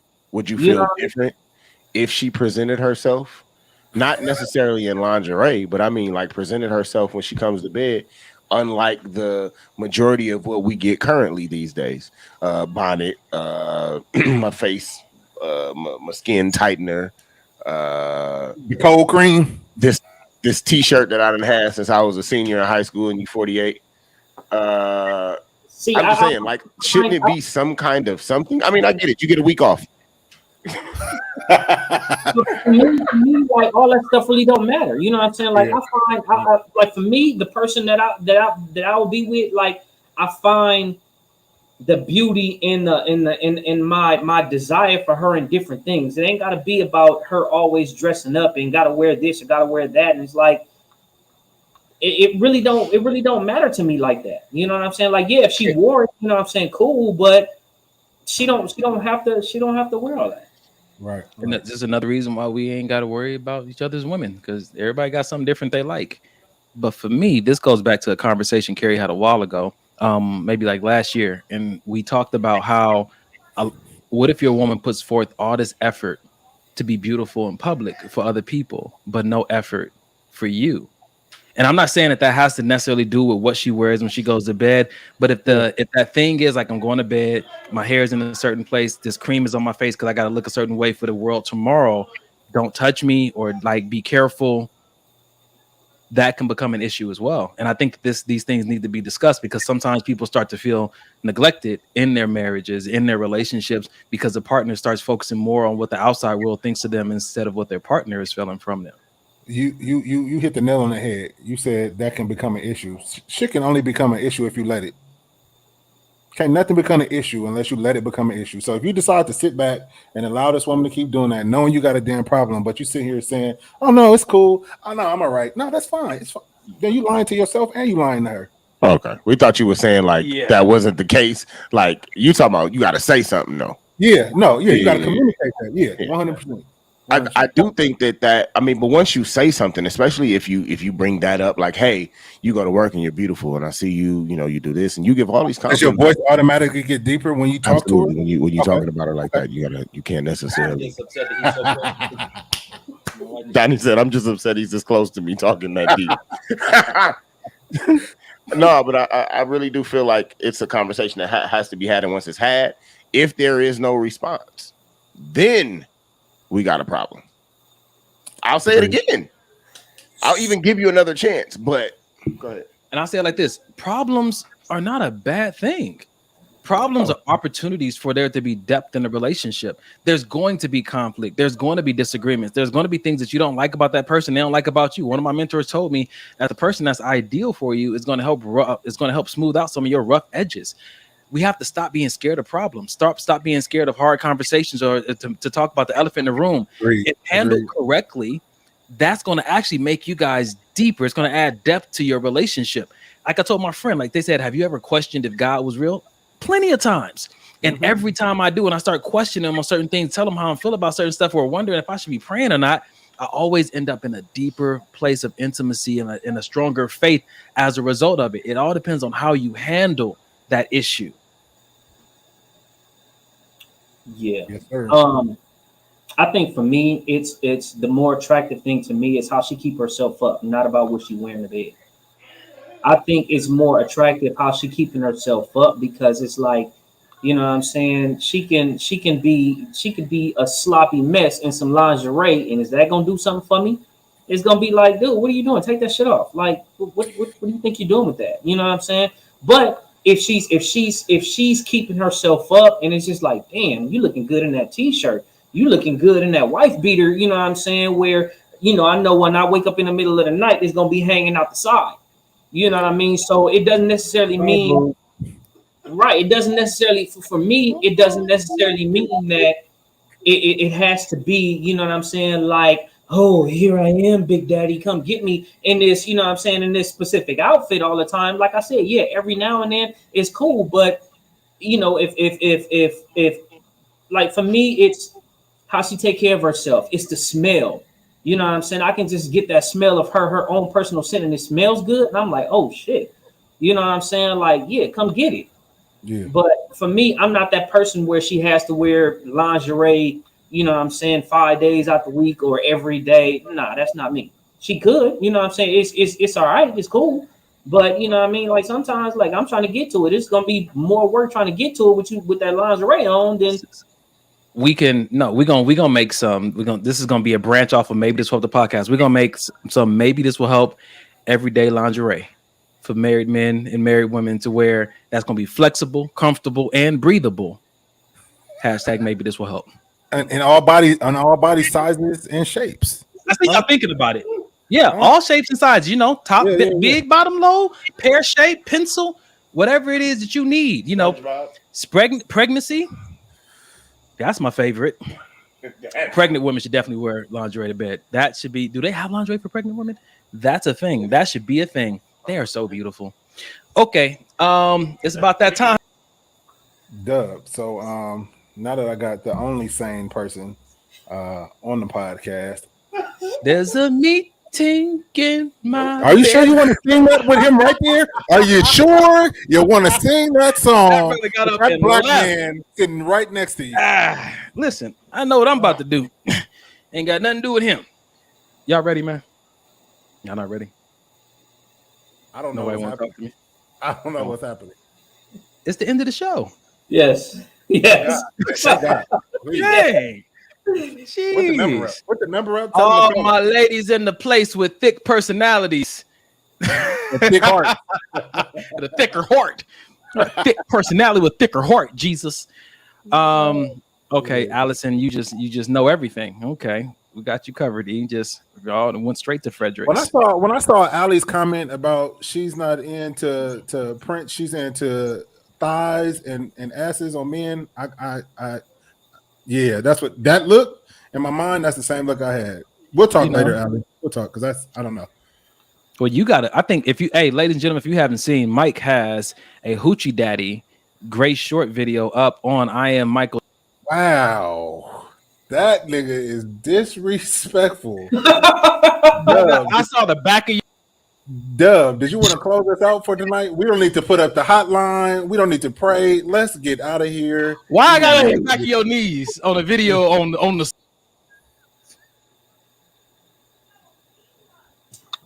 Who you let record you? Dub, you want to pray us out, brother? Let's give this 1-800 number, man, because hey, after this show, some people probably need some mental a number to call for mental health. Maybe we need therapy. Can you do your job, sir, please? I was trying to help you get some more viewers on your video. I changed my mind. Ladies and gentlemen, if something I said tonight triggered you, you can call 1-800-854-7771. Jesus. Golly, I need it. Tonight was good, man. It was a good variety. But real talk, what we like to do at the end of every episode is give you guys a practical resource, because the name of the show is Maybe This Will Help. And we're really honestly trying to provide so many different tools to help you throughout your day-to-day life. And most of the time it's humor, or it's a male's perspective without being interrupted. That's really what we hold this show on. That's why we don't really invite people on the show, because we really want to let you guys get a sneak peek into what it looks like when men are just talking to men. We've catered it or tailored it just a little bit because we know we have a live audience, so it's not 100% vulnerable, but you are getting a sneak peek into a very protected space. And I think that what from the testimonials we've been receiving on email and by text, it has definitely been helpful for men and women. Some men know that they're not alone by seeing us talk about these things, and some women are able to expand their perspective by seeing us discuss these things, and not to come on here with an agenda to agree with each other, but just to share authentically. And we know that helps, but sometimes you need a little bit more. You need to talk to a counselor, a therapist, or get in a support group. And you can do that by going to 1-800-854-7771. And remember, this is not just for people who experience trauma. This can be if you want to develop a new skill set, if you want to learn to be a better communicator, if you want to pick up some parenting skills because you're thinking about having a kid, or you have a young kid and you want to be able to relate to them better, or learn different styles of discipline. Sometimes all we're doing is walking in what we've seen echoed from our parents and the generations before us, but maybe there's some new and improved ways of disciplining, or new and improved ways of connecting with your child, new activities, new ways to address like this sensitivity that's going around the area we were talking about earlier, to make sure it doesn't infect your child.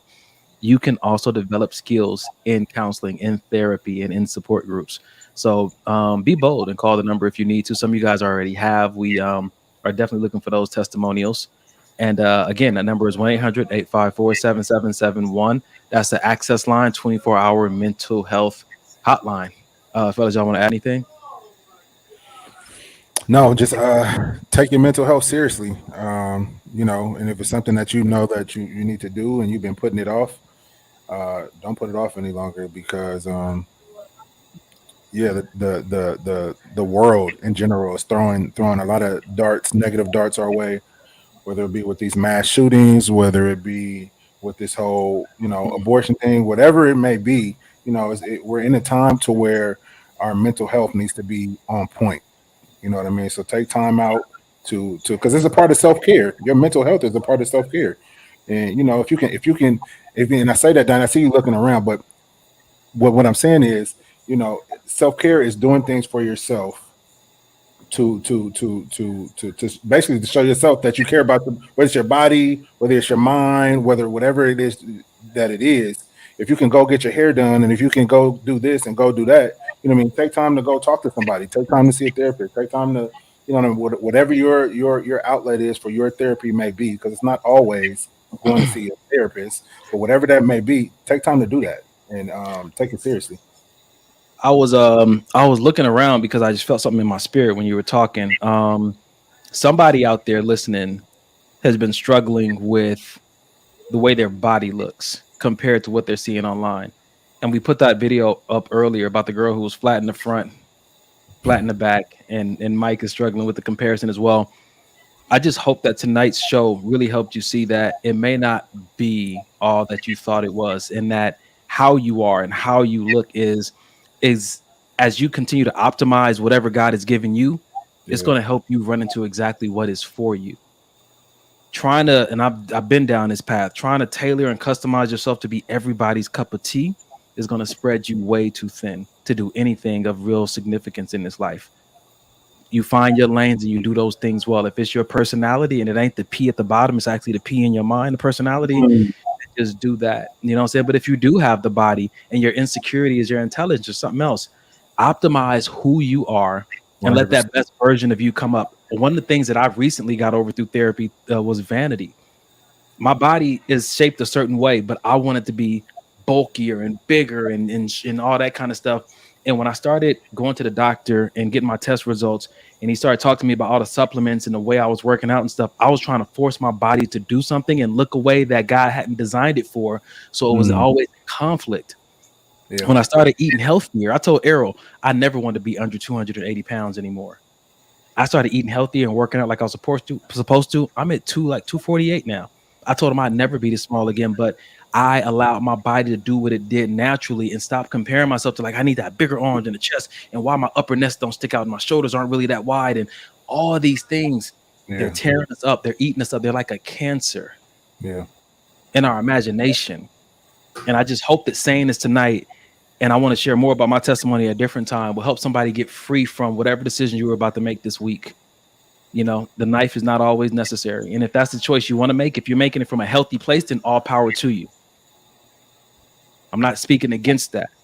Yeah. But I do want to speak that we make healthy choices and we make them for the right reasons. So just when you said that, Mike, I was looking around, that just fell on my spirit that, you know. That's good. That's good. That's good. Okay. Yeah. Man, which one of you good fellas want to pray us out tonight? Go ahead, Big Mike. All right. You're quick with it. You're quick with it today. Nah, Father, thank you that we had a blessed show today, Lord.